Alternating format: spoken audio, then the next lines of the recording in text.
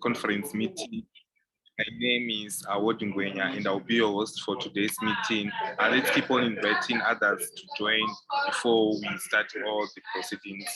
Lined up today, we're going to have spokesperson from different countries, and also we're going to receive a report from Yvonne about our demographics and also the leaderboard. Also to be shared earlier today is videos which were recorded by our fellow members and ambassadors in solidarity with our Black folks who were residing in Ukraine as students and also as permanent residents, and are now trying to flee in Ukraine, but they're facing racial discrimination at the border posts. So that's what we have today. And also we're going to have a guest speaker to speak about the Ukraine crisis and the Black discrimination at the border post. We appreciate all of you who wrote in the chat room about where they are joining us and also between each other. Thank you all for joining the Love Black People session for today's meeting, the 1st of March, Saturday, March. Thank you so much. We appreciate all of you. At the start of the meeting, I'm going to lead in a prayer. So we can all bow our heads and let us pray. I will pray in my indigenous language, which is Shona. I'm in Harare, Zimbabwe. Thank you. Katinamate, tenzi Mwari Baba tikutendai nekupo choupenyu. Tikutendai Mwari Baba nezvairo ranonzwa nhasi. Tisingakanganwi Mwari Baba mativi mana enyika akasiyana-siyana kwatiri tese. Titungamirai Mwari Baba zvese zvatinoita zvigova zvinofamba mune zvakanaka. Chisawo zvakare meeting iyo yatiri kuita Mwari dai maita kuti ive ine pandudzo. Zvese zvatinoronga tenzi wangu zvigova zvinofamba mune zvakanaka. Tinamatira vamwe vedu vari kuUkraine Mwari dai maita kuti vave vanobuda vari safe hands Mwari Baba. Zviziva kuti mimi ndimunovadzivirira, hapana chimwe chinokurira. Tanamata mumwe nomumwe wedu ari pano dai mungatitungamirira. Zvese tenzi zvandataura nezvandasiya zvosiya mune iyo mbiri yenyu kana isingaperi. Amen.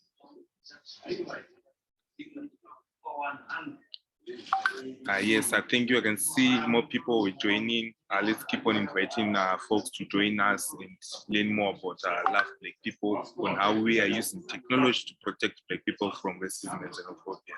What we do is we crowdsource our safe places from members and ambassadors who are everywhere, which means it's a global movement, and we upload them on our online digital guide, which is loveblackpeople.com. If you haven't checked it out yet, please, you are free to always go and check it out. To register to be a member and ambassador, it's all for free. Nothing is being paid for. Even these online classes are for free. All you need is your data to join. And also, you are free to invite your family and friends to join us through. Thank you. We are going to start off with our country reports, and I would say we are going to start with Elijah Nyabuti.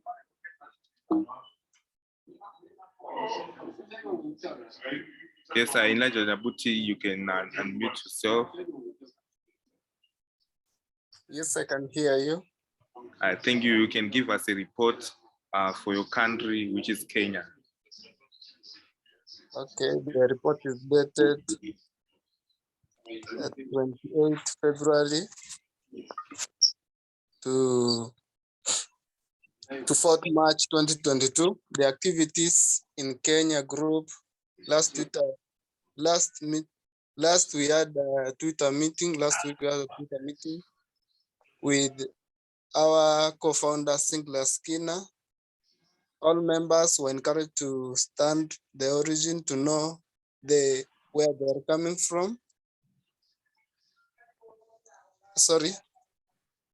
The report is dated 28 February to 5th March 2022. I was reading another report. The activities was last Saturday, we had a Pan-African class session with Nana Kwasenzele and Dr. Tyrene Wright. Country spokesperson presented their weekly reports. Regular newsletter was shared, which alerts on our 8 essential categories, which is health, education, childcare, transportation, beauty, food, accommodation, finance, and legal. We had Twitter space meeting hosted by our co-founder, Mr. Sinclair. Members and ambassadors were encouraged to record a 30-second video of message of love and encouragement to our Black brothers and sisters who are facing racism in Ukraine. Announcement of recruitment of new moderators was made in the group. Members and ambassadors were encouraged to recommend safe places for Africans who are facing racism in Eastern Europe. Members and ambassadors were asked to prepare and submit their weekly report.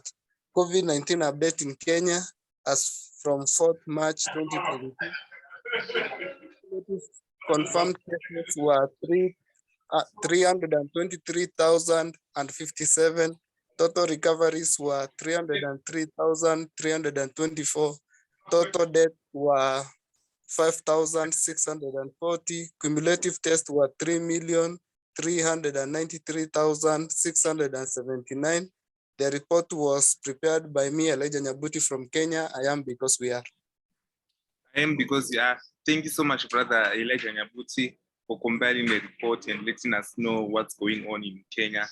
On next, we're going to have our brother, who was also once a guest speaker of our Pan-African meeting. His name is Zo Owusu. He's also an ambassador of Alaf Black people. Yes, Zo, you can unmute yourself, Zo Owusu, and give us a report which you compiled for your country, Ghana.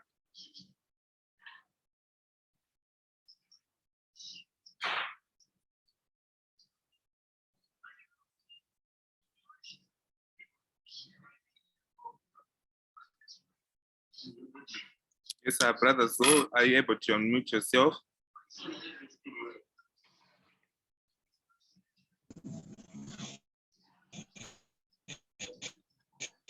Yes, can you hear me clearly?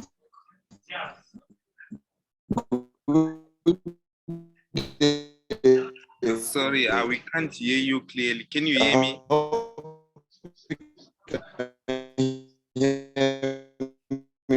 Sorry, brother Zo, No. you're breaking up. Can you speak again? Yes, I can hear you. Yeah, you can go ahead. Now we can hear you clearly. We can go ahead and present. Can I proceed?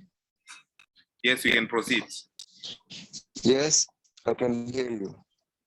Yes, I can hear you clearly. You can proceed and present your report about Ghana.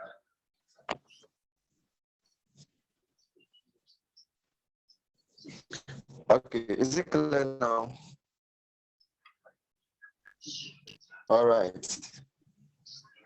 I love Black People Ghana Chapter Weekly Reports dated 4th March 2022. Week under review, 4th quarter of February. I'm sorry. Okay. Week under review, the 4th quarter of February, that's 26th February 2022 to 4th March 2022. Summary of activities. We started our Saturday conference meeting by enjoying our usual school social reports on the weekly activities in our respective countries, regions, and ambassador groups. Our most entertainment Pan-African class and health class session was delivered by Professor Dr. Terren Wright and Queen Mother Nana Ikuya and Zenzele, a traditional healer, a founder of the Natural Path Holistic Wellness Center, LLC, respectively. We were glad to continue season health lessons and Pan-African education. Our regular Tuesday newsletters, which highlights on education, health, legal, finance, transportation, beauty, food, and accommodation, and other Black-owned and Black-friendly content was enjoyed. Members were encouraged to submit their contributions on the Tuesdays for review and publishing in the newsletters. I love Black People members were encouraged to follow, like, retweet, and comment on the various social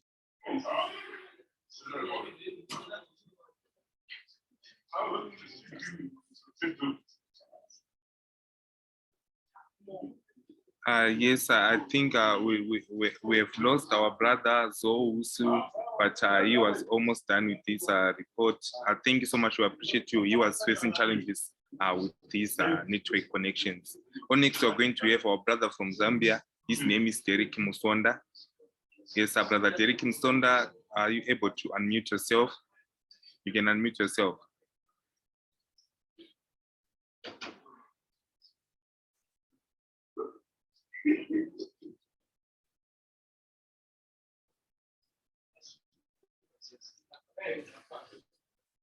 Yes, brother Derek Musonda, are you able to unmute yourself?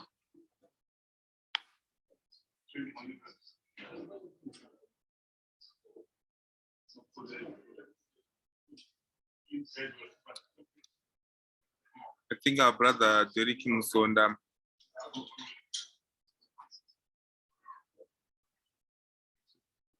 Can you hear us, brother Derek? If not, maybe Elijah Nyabuti, you can pull up the report compiled by brother Derek Musonda for the group which you moderate, which is Zambia.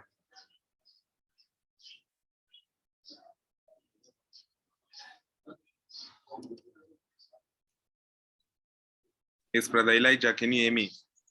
Yes, I can hear you, sir. Yes, thank you so much. You can pull up the report compiled by our brother Derek Musonda. I think he's facing network challenges as well. You can go ahead and report on his behalf. Let me read the report for Zambia on behalf of our brother Derek Musonda.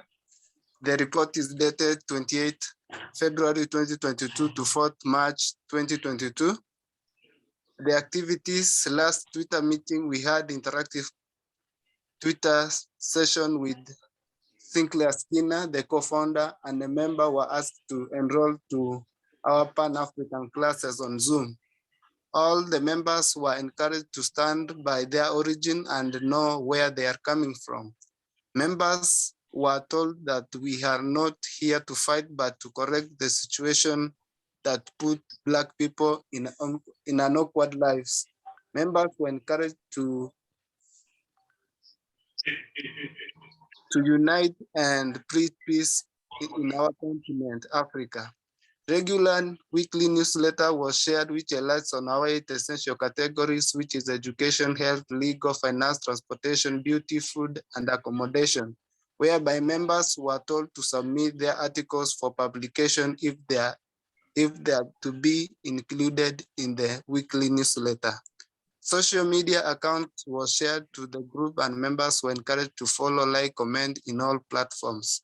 Members and ambassadors were encouraged to always attend our online Zoom event, which aims to build a global network to help and protect Black people from racism and xenophobia using technology. On 1st March 2022, members were asked to submit their weekly reports. Zambian COVID-19 update. The report is as from 4th March 2022. The total confirmed cases were 313,613. Total tests were 3,284,188. The recoveries were 307,968. Vaccinated dose 1 were 1,032,589. Fully vaccinated were 1,970,376. Booster vaccinated were 37,896. Cumulative fatalities were 3,958. Reported by Derek Musonda from Zambia. I am reporting on his behalf. I am Elijah Nyabuti from Kenya. I am because we are. I am because we are. Thank you, brother Elijah Nyabuti, for presenting on behalf of our brother Derek Musonda for Zambia. We appreciate of you. You reached out in the chat section. You was facing network challenges. We thank you, brother Derek Musonda, for compiling this report to let everyone know what's happening in Zambia, and also to update us on the COVID situation in Zambia as well. Yes, before we invite our guest speaker to lead us in the speech for Ukrainian crisis. His name is Wilson Ndoa. He's just joining us now. Yes, Brother Wilson, can you hear me?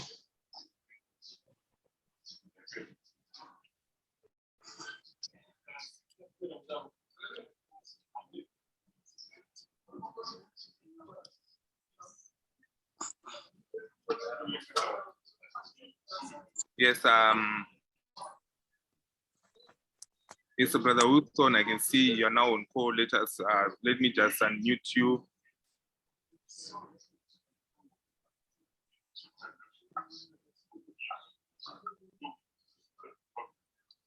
Thank you for joining us. So he's going to give us a speech about Ukrainian crisis and how our black folks are facing racial discrimination at the border post at that end.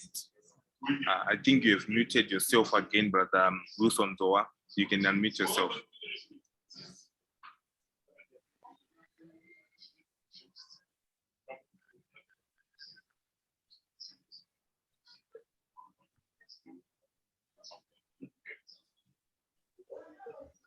Yes, can you hear me now?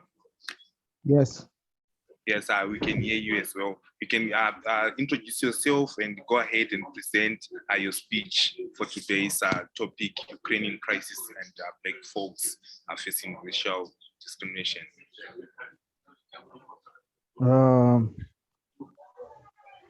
My name is Wilson Rogers Nzoa from Tanzania, Dar es Salaam, the capital city of Tanzania, the business seat of Tanzania. Today, I'm going to present a short speech about the racism in Ukraine. The racism our brothers and sisters face in Ukraine. Let me start by greeting you, my fellow brothers and sisters. Hello, are you good there? Yes, you can speak louder so that we can hear you clearly. Let me start by greeting you guys. I think you're okay. I think you are doing well. There you are. I'm going directly to my speech about the racism in Ukraine. Our brothers facing there. Since the war started, since the Russia invaded Ukraine, our brothers have been trying to escape the crisis from Ukraine, together with Ukrainians and our brothers from Asia, and so many brothers were there and sisters trying to escape the war, trying to escape the result of the war. But during escaping, there was something which was not okay. Our brothers was being segregated. The Ukrainians were given so much favor, more than our brothers, and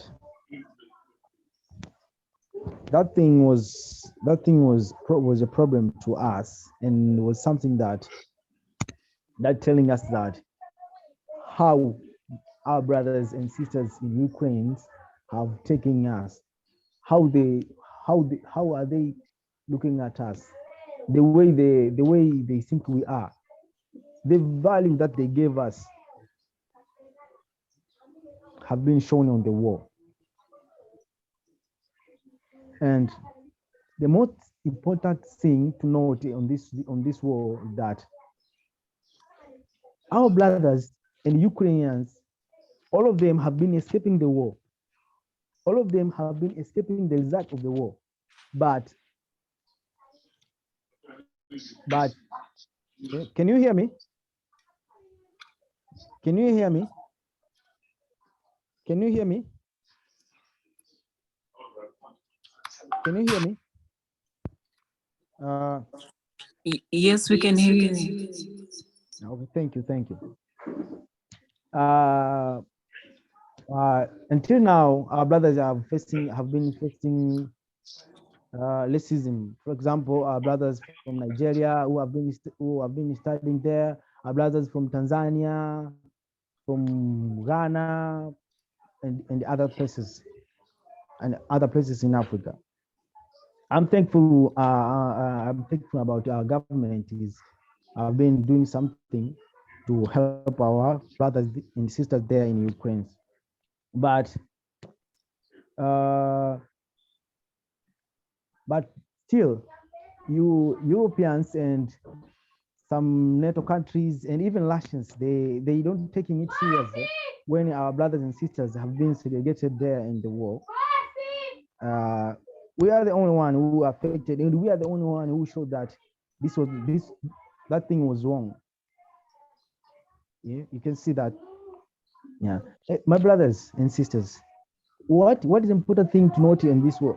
What is the important thing that you have that you have to imagine?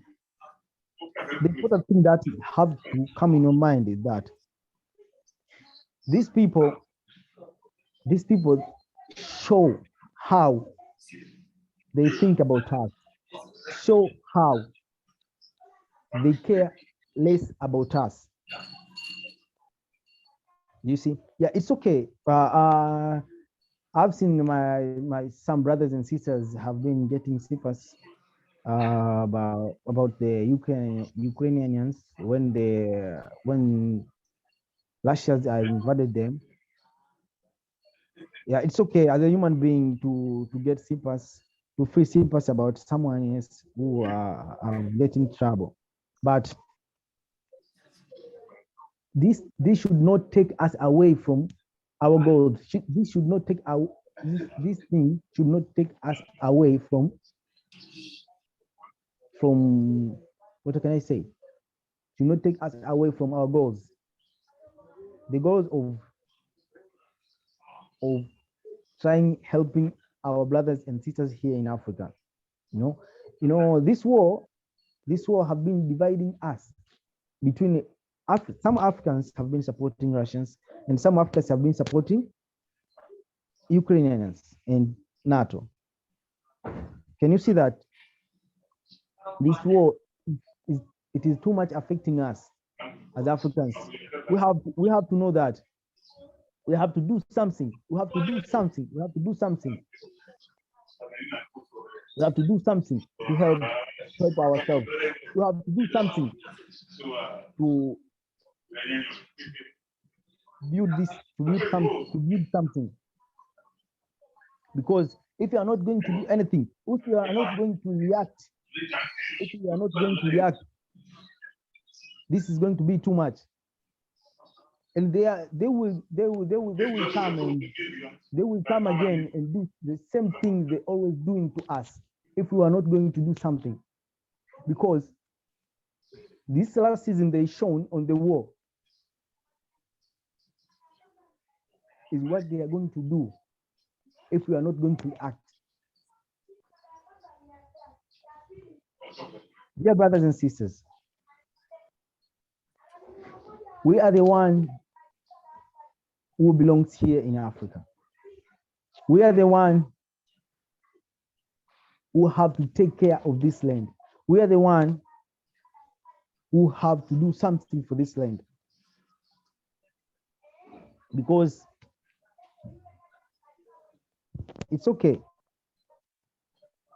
Our brothers have been studying there in Ukraine. It's okay because, you know, this time, some people believing that going studying abroad is so fun than studying here in Africa, because they believe that there is a good education more than here in Africa. It's okay because it is because we have been not working hard to build our education. We have been not working hard to create better systems in our education. That's why now we can see our brothers are facing racism outside of Africa, who are there because they have been going there to get education. But what if they have been studying here in Africa. That would not happen. That would not happen at all. So, my dear brothers and sisters, I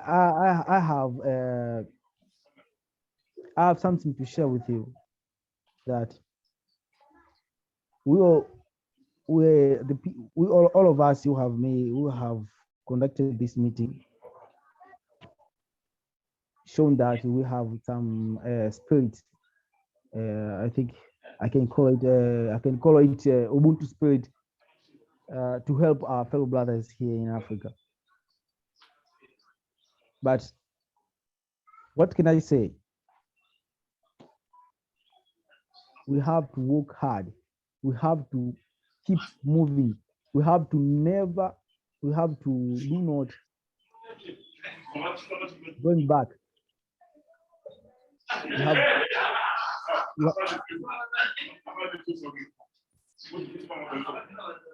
Dear brothers and sisters, I don't know what can I say much, but what I wanted to share, what I wanted to tell you about that this racism that's happening there in Ukraine is an alarm. It tells us something, because it tells us that we have to unite. We have to unite. We have to do some. We have to unite. It tells us this event that's happening there in Ukraine. It's telling us that we have to unite. We have to be one. We don't have to depend on someone else there outside of Africa. We don't have to. We don't have to welcome their ideas here in Africa. That's always dividing us. As you can see, some people now due to the war, some people supporting Soviet Unions, some people supporting NATO. In the same continent, Africa, which is Africa, brothers and sisters, we are the one. I repeat again, we are the one who belong here in this continent. No one is going to take responsibility to help us. No one is going to do something for us outside of Africa.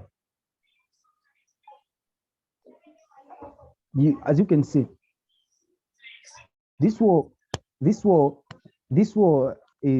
bad to us, is bad to Ukrainians, is bad to Europe, it's bad to USA, it is bad to Russia. But to us, I can say it is a good time for us to come together, combine our ideas to uplift our continent, to take our continent somewhere where we always dream, take our continent where we always want it to be. Because no one is going to help us to do that outside of Africa. We have 54 countries in Africa. Dear brothers, there is no reason for having that many countries in Africa. We can have only one country, which is called Africa.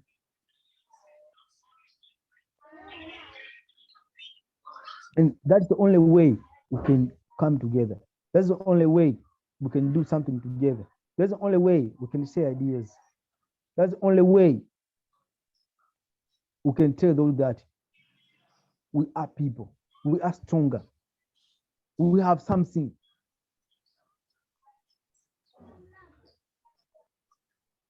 That's the only way we can show the world that we are also better. That's the only way we can show the world that no one can defeat us. You can see, we are always being defeated by the Western people, by the Western people. It is what it is, because we are always welcome the ideas from them. We are always adapting their ideas. that always dividing us. Our minds become their ground to pray. They are always doing that because they know that we are already divided. Dear brothers and sisters, you can see, as you can see, the Ukrainians have been doing that, have been segregating Africans. Their officials have been segregating fellow Africans there, but also the reporters from the big medias like BBC, like CNN, they have been segregating us. They have been doing something that show that they are better than us. They are human, and we are subhumans. But my brothers and sisters, this time, it's another time. This time is the time to do something. This time is the time to put effort on what we always want, on what our sisters wanted, on what our ancestors planned,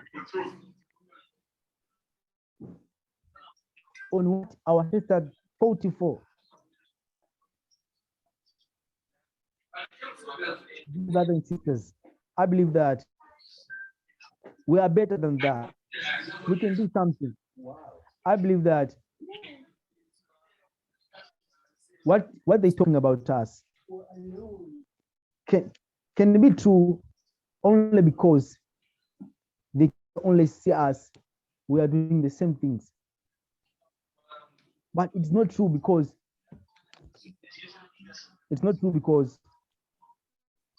we can do something. Yes, Brother Wilson, thank you so much. We appreciate you. Unfortunately, we can see you wanted to talk more, but the time is not on our side. We appreciate. Thank you, Sister Janet, in the comment section. She's encouraging everyone to be courageous. Also encourage those who are in Ukraine to be courageous. They can do it. It's encouraging to leave Ukraine and go to safe places. Some of the places were recommended by our members and ambassadors. They can take them out on our.com. Let's recommend more places in Poland, Belarus, Slovakia, Hungary. Let's all do recommend places there. But at the moment, they're in crisis. They need to evacuate or leave Ukraine. Let's recommend transportation which is Black friendly, so that they can live safely. So this time we're going to hand over to our sister Yvonne, who's in Rwanda, to give us an update. Sister Yvonne. Yes, good, greetings everyone. Yeah, I wanted to share something.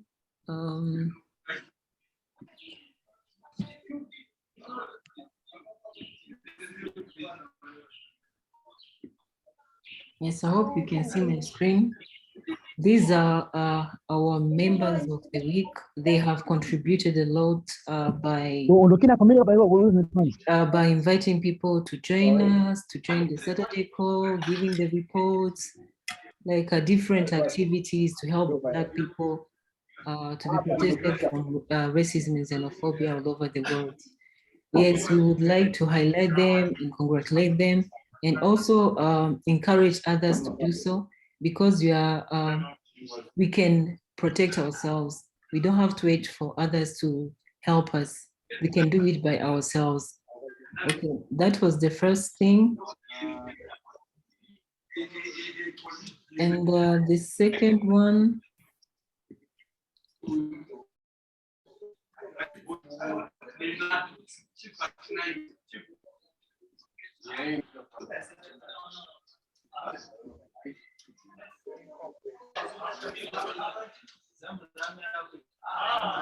Yes, it's our demographics. You can see that we have the total number of members here, and in 135 countries. And these active members, they are our members from WhatsApp groups and the businesses, and also by encouraging our members and ambassadors to help us with businesses. As my brother said, we really want businesses from Ukraine, Poland, that Black people who are there, that we can help them by recommending safe places that they will visit and be treated well. And also, you can see the number of ambassadors. We currently have 1,334. And you can help us by inviting more people from these countries, Congo, New Zealand, Burundi, Swaziland, Egypt, to join us, that we can protect more people. We can protect more Black people all over the world. Yes, I think that's all. Thank you, Award. Right. Thank you so much, Sister Yvonne, with the updates on the demographics and also on the leaderboard to our members and ambassadors who work a lot in making this movement go far. Also like to each and every one of you who are here, who would be nothing or would not do anything without you guys. We appreciate all your efforts, and everyone. I can see people interacting today in the comment section, in the chat room. Kindly do so. And if you have anything to say, kindly reach out in the chat room so that we can speak to you during the weekend. You can combine with all speeches so that you do have a chance to be a speaker in this Zoom meeting. And also on the updates, our co-founder, Sinclair Skinner, will be traveling today to Poland to see if we can assist on behalf of our loved Black people, to our brothers and sisters who are there. And also we did get in touch with those with our members and ambassadors who reside in Poland, so that they can help our co-founder through the navigation or going through Poland, and to see how best we can assist our brothers and sisters who are facing racial discrimination, and they are not able to travel due to their skin color, and also they are not even getting food. So everything will be updating you and everyone in our WhatsApp groups, and also make sure to attend the Twitter spaces, which we do during the week, so that you have full updates. And also we are going to send the audio in our WhatsApp group, so that you can know what will be transpired. But I wanted to just let you know that our co-founder will be in Poland by Sunday, which is tomorrow, in helping our brothers and sisters in Ukraine. So on next, without wasting time, on next we are going to hear our youth lecture from Nana Akua. Yes, Nana Akua, can you hear me? Yes, I can. Thank you. Welcome to our Pan-African Youth lecture. Thank you. Hey, Juan. Hey, Award. Hello, everyone. Thank you for showing your beautiful Black faces. Thanks for joining us this morning, this day. I think some of you all at night, right? It is nighttime for some people that are here. So today, so yeah, I actually want to add to what Award just said. So I was with Sinclair last night, and yeah, he so nonchalantly was like, yeah, I'm getting on the plane tomorrow to go to Poland. And I was like, oh, you are. So listen, that's a mighty, mighty thing. So I really want to shout out our co-founder and our leader, and I love him so much, and I appreciate all the work and sacrifice he does. So like, just imagine how big that is, right? And I don't know if you can get the gravity of that, but who can even have the ability to do such a thing? And then if they can or have the ability, that they actually choose to to do that, right? So that's awesome. And so, yes, I would ask that we all send our prayers for traveling mercies and, safe journey to Sinclair Skinner as he goes to assist in whatever way possible. I think in my older age, I think he's getting better with it as he ages. We're around the same age, but sometimes I feel like, I don't know that I would do that. Now, 30 years ago, I definitely would have done that. I don't know if I would do that today. So I'm so glad, though, that we have people like him and so many of you that are younger, right? I'm 50. And so some of you I know on here, some appear to be my age, but many of you appear to be younger. But I hope that you all are having that spark, right? And that you have that energy, or those who are even 50 and over still have that spark. I definitely did in my Howard days and even some years beyond. But, sometimes life changes us and we change our focus. But I'm glad to have been reconnected here and at least be really closely connected with folk who are actively doing things to liberate African people or Black people. So I just had to add that because he just so, he's like, oh yeah, I'm leaving tomorrow. And I'm like, where are you going? So, but anywho, I also want to put out there, and Yvonne, I'll be speaking with you more about this, but since we have so many people on the line, I am also interested in knowing who in certain parts. I'm interested, let's see, East African countries. Yeah, I know everybody shouts themselves out on the chat and says who's here, but we're also planning a trip to, do sort of a face-to-face meetup and further promote I Love Black People. And so we're considering what countries that I'll visit. So I would like to see who is interested in doing some kind of on the ground work in that regard and helping to organize some folk in person. And we do a live meetup in Tanzania, Rwanda, Zimbabwe, throw some things out and let's see what we can get together, who you have that you're networking with right where you are. And so that we can further promote our mission and our goal. And so it's in your court, as we say here, the ball is in your court, right? And so I would love to get some feedback with that. If you're hooked in with some other folk, if you're at the university level, if you're professionally working, but you're in some groups and organizations with other folk who are interested in what we're doing and you want to kind of boost that and promote that, I'm open. I have about 5 weeks that I'm making available to do that. So let's make it happen, okay? And I love all the chats. So listen, I've gotten into this routine because of COVID and we've had no choice. This definitely works in our regard because we're able to communicate from all parts of the world. But this is not really my thing. I definitely love interaction, which is why I'm always saying, let me see your face, let me see your face. And I appreciate those of you who are indulging me with that, right? But I hate to see these black boxes.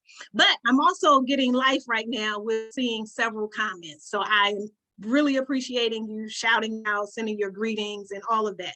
So at the very least, right, I need that. Right? So I need you to either show your face or at least send me a message. That's just my personal request, right? A closed mouth doesn't get fed. That's another little saying, right? So I'm putting out what I need or what I expect from the group.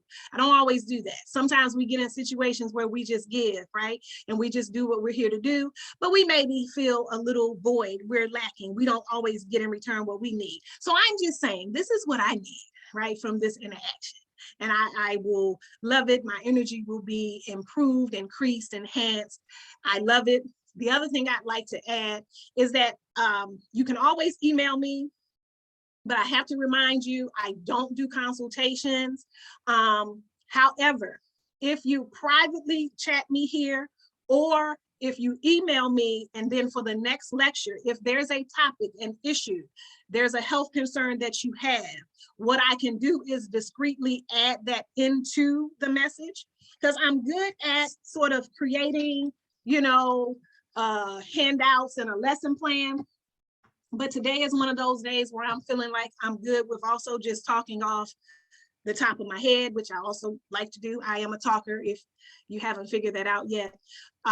So I can follow the script, but I'm also okay with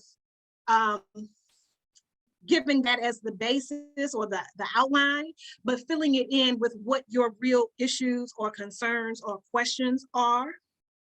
So I really want more interaction, right? And I know everyone is muted, and when you're dealing with a certain number of people, I know that we can't always do, even though Mr. Mapindera be like, let them talk, let them answer, let them ask their question, right?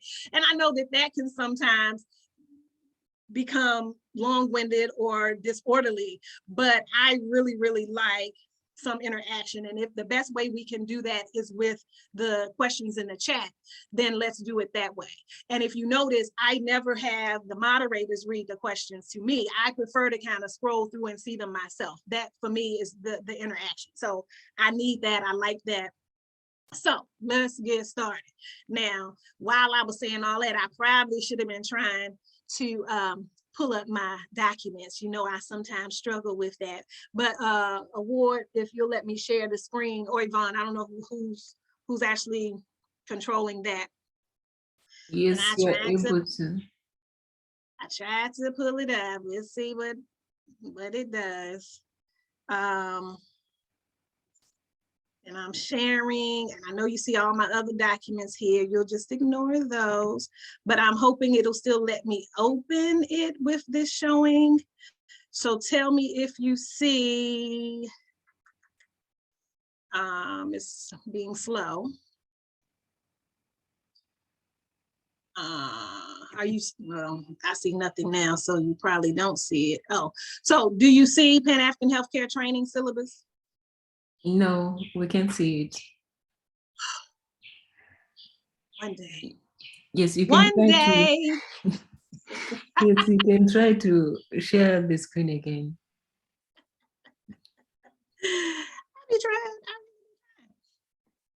Because when I open it up beforehand, it's like it goes somewhere and it's sitting there. But then when I try to share the screen, it still just doesn't show up.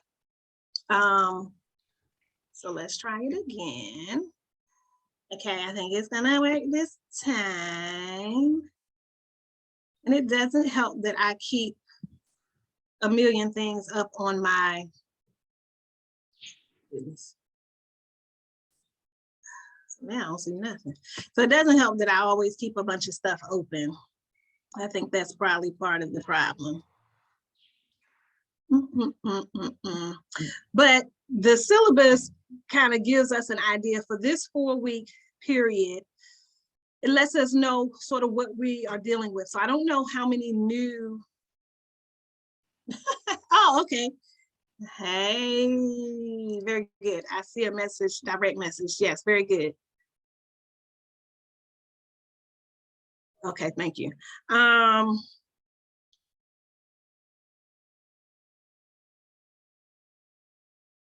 Okay, do you see it now? Yes, we can see it. All right, thank God. So I will not bother going through the description other than just, if you are new, pretty much the focus is that I give you information about health that will allow you to be empowered.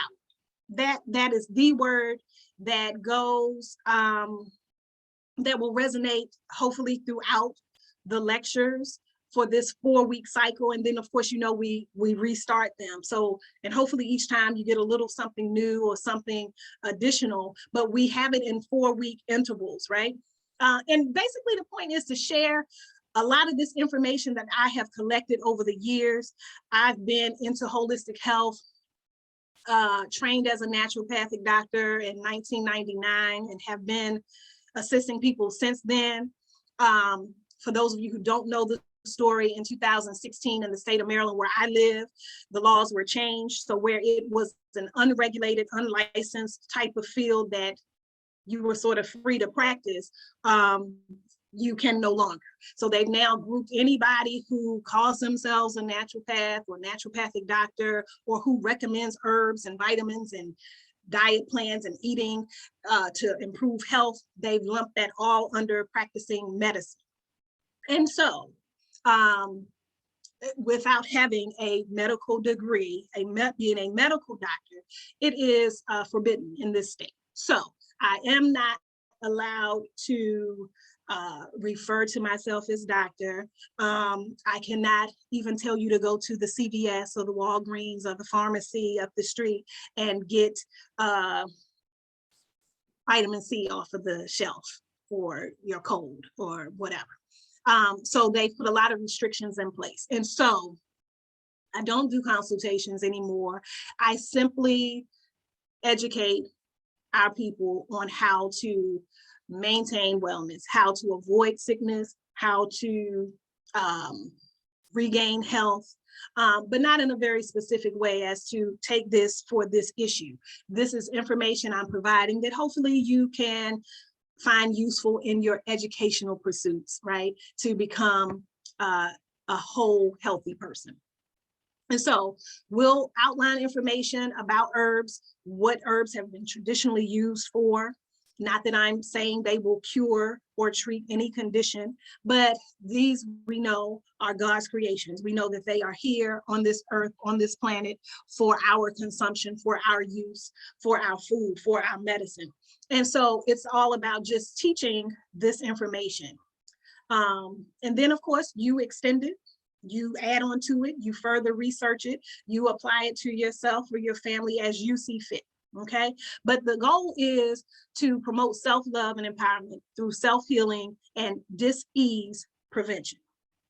And basically providing historical information on how traditionally our people have healed themselves with natural remedies. So I've listed some references here. Certainly not an exhaustive list. This is just a few that I probably had at my hands or arm's reach, and I simply, added to the syllabus. But over the years, there's so many books that I have come across. There's such good information. But this I wanted to just put on the syllabus so you at least would have something to refer to and to go and look further with. And so this week, in week 1, our focus is, what is holistic medicine? What is the holistic approach? What are some of the principles and modalities behind it? What are the basics of nutrition? We'll talk about food combining. We'll talk about just certain elements of healthy eating. And from when I made this syllabus, I think I've added some other things as well. Alkaline foods we'll talk about. We'll talk about food sources, or herb sources of different vitamins and minerals, so that we don't have to be dependent on synthetic vitamins and minerals in a bottle. So we'll cover a lot of things. But again, I hope that you will take my suggestion or make, my request to put in the chat whatever particular issues you have, and I promise I will include them into the lessons.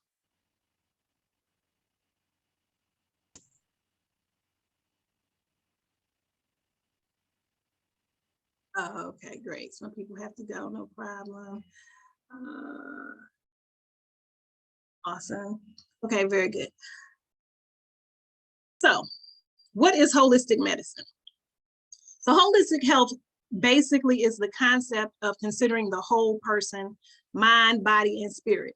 And this definition also includes emotions. I really would probably put those with spirit, but the information I was pulling from included that. And I'm okay with that, because in part 3 or session 3, I specifically talk about and focus on emotions, because that is something we really, really underplay and undervalue.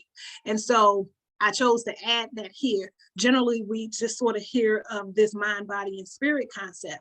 But I do think that as strong Black people, as supermen and superwomen, we have to stop doing that and having that syndrome and focus on our emotions. So I've added the emotional piece here. But basically, we have to consider the whole person if we're on a quest for optimal health and wellness.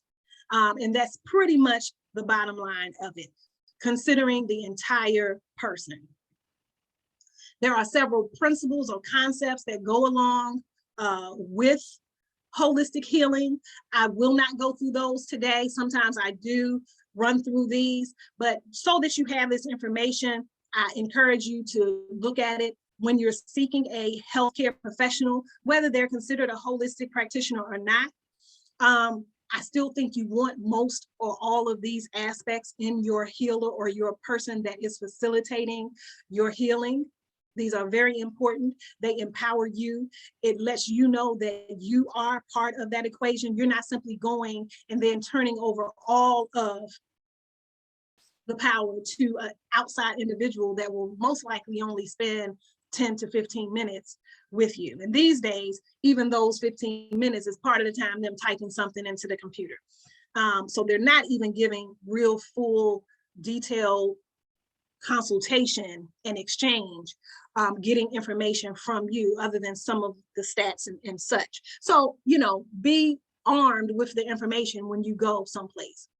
Write down what you eat, what your diet is like, what your lifestyle is like, how your emotional well-being is. You know, now they've added, I think it seems that this is probably because of the rise in maybe domestic violence and depression and suicide rates and things of that nature. So they always seem to now add in questions about, are you safe at home? I think is one of the questions. And then it's almost like, it's something they kind of ask because they have to, but they don't really want to hear the answer. Because it's like, well, we asked, and we ask all our patients if they are safe at home and if they're going through any domestic violence or if they're emotionally well or do they feel depressed. I don't, some people maybe in my age group can relate to this. It's almost like when, especially in this part of the world, when AIDS became so prevalent and was affecting so many people, and you would go in and you would inquire, or you would have the nerve to ask for an HIV test, and they would be like, oh, do you think you have it? What makes you think you should have a test? You know, right? It's almost like that sort of thing. And I don't know if any of you have experienced that, but I have. And, you know, I was shocked that a healthcare professional would be shocked that someone is inquiring about a test or wanting to be tested. But nowadays, along with the DV questions or domestic violence questions and the depression questions, now that's a common thing. It's, oh, well, do you feel like you would want an HIV test? And I'm like, you all are so decades late of making this part of the normal routine and making it more comfortable and easy for people to inquire about and to have discussion with you about. But go armed with that information. Have laid out whatever you have question about. Ask them questions. They're not just there to ask you questions. You go and you ask them questions. Well, what can I do about this, doc? What should I do? Or I've been feeling this way. What do you recommend? Or I'm concerned about this. Or my lifestyle is such as this. And I wondered, should I do more of this, less of that? Like, really bring your questions, bring your lifestyle, your concerns, your history to them and provide that information. That's key, that's important. Don't just walk in there and you just go along with whatever they say and how they conduct the visit. So that's all I'll say about that. In addition to understanding the concepts or the principles behind holistic healing, I wanted to include some aspects of what is included in holistic healing or holistic health or alternative therapies or complementary medicine. There are many terms that are used interchangeably, right? And so although for these intended purposes are the same. So if you say, oh, I'm into alternative therapies, which is my least favorite term. I'm a traditionalist. I prefer it be referred to as traditional medicine. And even if in this country, what traditional medicine is allopathic or Western medicine, we know that that's not traditional medicine. It's almost like if I'm an Akonfo and I'm a traditional priest, or you have, because of colonization, you have these different African countries, even the one that my spiritual system is based in, where they're calling a traditionalist like me a fetish priest, as opposed to a traditional priest. And I'm offended by that. I don't like that terminology. So it's all up to us to change how we word things, what we call ourselves, what we allow others to call us, and so on and so forth. Hence me putting this beautiful Sangoma here. And if you are in South Africa or have traveled or are familiar, I'm curious to know as to what you refer to this healer here as, and how you regard her, and what I and others like her, right? Because what I want to express here is that in section 2 and throughout the rest of the lessons, I'll talk about herbal medicines. However, most of the information that I provided here would really be Western medicine, would be those herbs that are more commonly and easily found, but may not be found in whatever part of the world you're in. A person like this Sangoma is who you will need to seek out. This is going to be your local herb specialist. This is going to be your person that's going to know what herbs are native to your area. So not her specifically, not a Sangoma specifically, depending on where you are, there are traditional healers, indigenous healers, native healers that know all of the plants, trees, flowers, all of the herbs that God has created for the use of healing the mind, body, and spirit. This is the person that's going to know. So if when we're going through the lessons, there's herbs that you're not familiar with, or say you seek them out on Google or Amazon or whatever server you use, if you can't find some of the stuff we talk about, but you have a health issue, this is the type of person you would go to. And we know that holistic therapies will include things such as massage, acupuncture, hydrotherapy or warm soaps or bath therapies. It may include music therapy, chiropractic care, homeopathy, herbal medicine, nutritional counseling or nutritional therapies. Some people have referred to these types of things as folk medicine. But all of these, anything using natural occurring substances or body work or energy work, these are going to be considered holistic therapies. And just some basic concepts in holistic health: you're responsible for your own health and well-being, right? You have the innate healing power. It's already in you. Sometimes you just have to draw it out. And so that is largely a part of what my goal here is, letting you know that you have the power. You have information that is crucial to your well-being, even if you can't connect all of the dots, even if you don't know the answer, the end answer. You have all of the pieces of the equation for then the healthcare professional to come and solve that puzzle, that equation. Another concept is the patient or the client is a person, not a disease. So go in knowing I'm a whole person, but I'm exhibiting these symptoms, or I've been diagnosed with this disease, or I'm having these health ailments or these concerns, but I'm still a person exhibiting these symptoms. And then of course, the treatment is finding the cause, the root cause, not just alleviating symptoms. So you always want to focus on, well, why? Why? Oh, you want me to take this medicine, doc? Okay, why? Well, what caused this? What brought it on? Because I want to avoid this in the future. Or how can I avoid this if I clear this up now? You know, what can I do differently to keep this from reoccurring? Okay. This other information is, again, for your reference later. And I want to get into talking about nutrition. Really just quickly wanting to just give you the basics of what nutrients are and what nutrition itself entails, right? So most people would maybe just think of vitamins and minerals, but what I want is to just give a quick overview of what nutrients are. And these are basically substances found in food, right, that provide nourishment to your body. And there are 6 main types of nutrients. There are carbohydrates, there are fats, proteins, vitamins, minerals, and water. And I think the only handout that I am missing is something on water. So let me talk about that first. So water, we know, is essential to life. We know that it's very life-giving and life-sustaining. We know that just as within the earth, our bodies are 2/3 water. And we know that it's crucial to our health. It not only cleanses and flushes and purifies, but it hydrates, it moistens, it lubricates. You know, it just makes everything work and function better. And so water is essential, and the best quality water that you can find is all we can ask.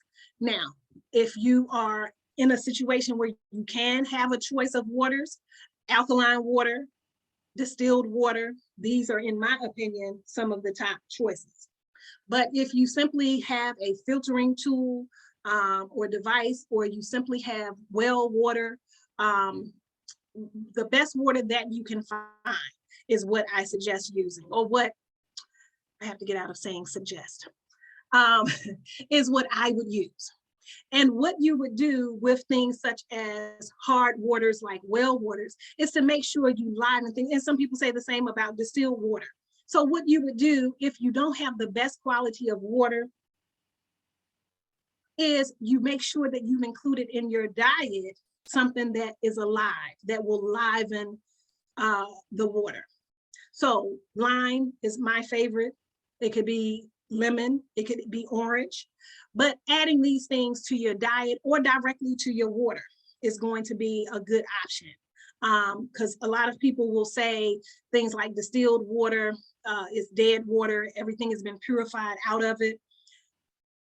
A couple of drops of some essential, food grade essential lime oil, or of course, in an ideal situation, if you are in your home or in a space where you have the fresh lemons or limes, cutting it, adding it to the water, this is going to help. Adding that to your diet, if you eat oranges or grapefruits or any other citrus foods or any other alkaline foods, period, your fresh fruits and vegetables, making sure that you have a good source of those or a good intake of those into your diet will improve or enhance whatever water you have available to you.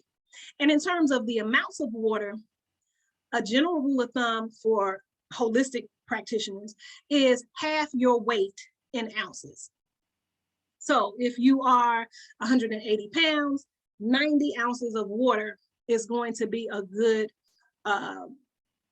baseline amount of water to consume throughout the day. And you should consume it throughout the day, not 50 ounces in the morning and 50 ounces all at one time in the afternoon, and then another 50 or 70 ounces at night before you go to bed. You want to really spread it out.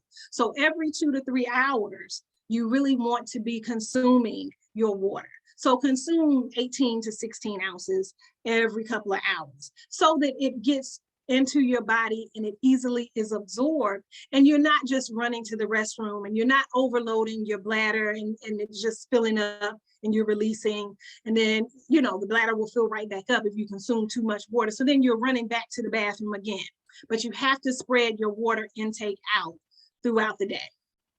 So that's water, one of our main types of nutrients. Now, carbohydrates. Let's talk about carbs. Most people, of course, give carbs a bad rap because those of us that are a little on the thick side, we're like, no carbs. Now, not just bread and rice and pasta consume carbs, but those are the ones we should, of course, avoid. But we should also know that carbohydrates are found in like root vegetables and some of our sweeter fruits and things of that too. So you still can be mindful of where the carb source is coming, but what's important or coming from. But what's more important is just knowing that carbohydrates are important. It is an essential nutrient. Its main role is to provide energy and fuel to the body. So it's necessary. It's just a matter of us choosing the correct carbohydrates, right? So just as fuel runs a car or allows a car to run. Gasoline, fuel is what's needed for a car. Carbohydrates are needed for the body, right? So we know the foods that they're found in, but what we will talk about in week 4 is the glycemic index. And you can Google that now beforehand if you like, but that is the index for the guide that gives us an indication of just what carbohydrate types of foods are better than others. So any foods that are below 70 are foods that you can consume, but anything 70 and above are really moderately and high carbs, and they are high on the glycemic index because they are not as healthy for the body. Eventually they will wreak havoc on the pancreas because it's going to increase your blood sugar really quickly. So while carbs are important, we just need to know or use a guide to choose which carbohydrates to add into our diet. And just more about the carbs, we know that it's necessary. We know that in order for the body to perform vital functions, controlling body temperature, keeping the heart beating, digesting food, carbs are important. So I'm not suggesting, oh, if you're trying to lose weight, just cut out carbs. You just have to make better choices of what carbohydrates to include. Proteins, we know that proteins are predominantly found in, or more commonly known to be found in meats like beef, pork, chicken, fish, but we also know that there are many plant-based proteins as well, right? But we know that proteins are important because they provide the body with amino acids, and amino acids are the building blocks of proteins, which are needed for growth, development, and they help repair and maintain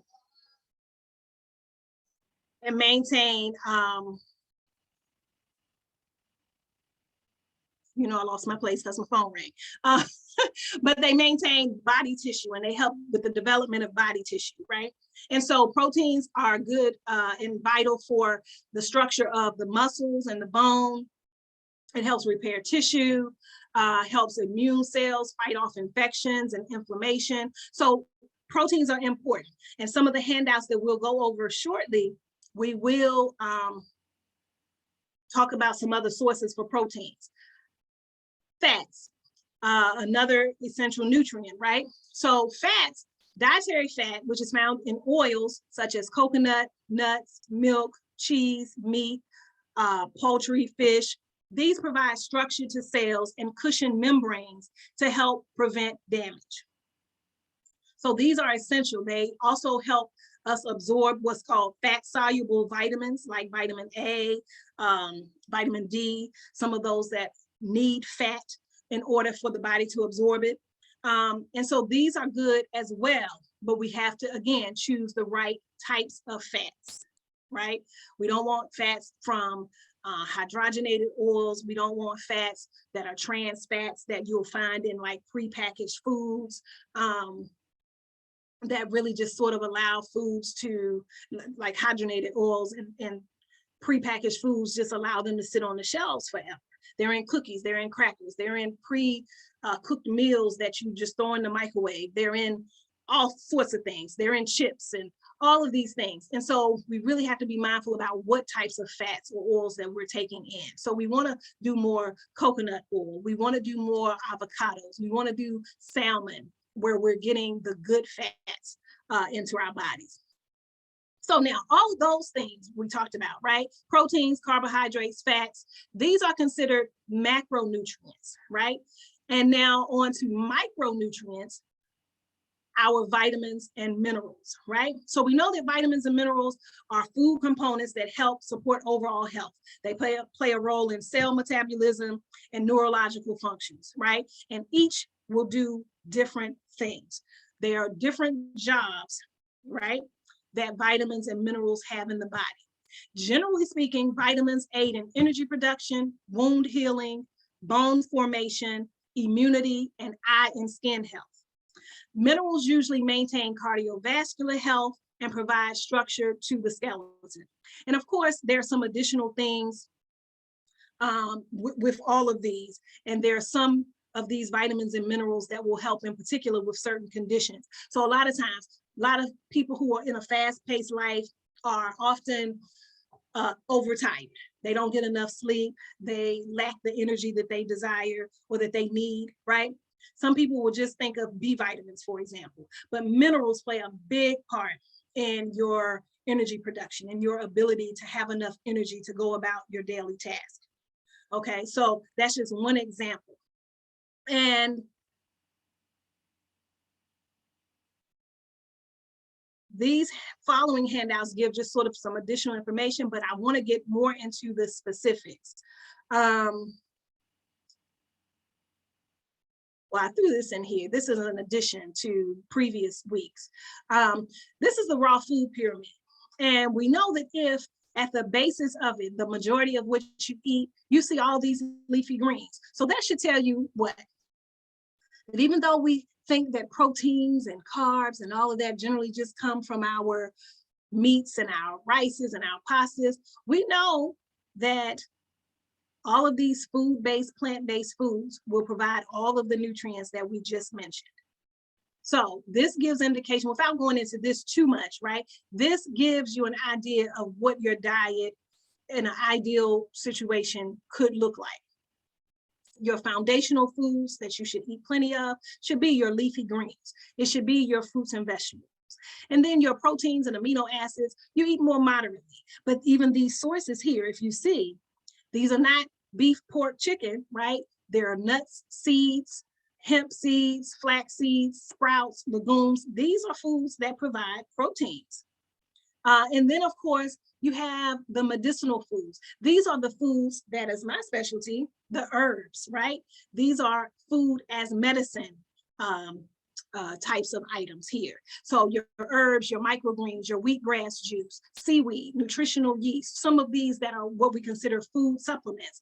These are foods that we kind of, don't eat as often as we would our leafy greens and our fruits and vegetables, but as needed to supplement our diets, to address any health concerns and things of that nature. So I threw this handout in just so you would have a better idea of a food pyramid.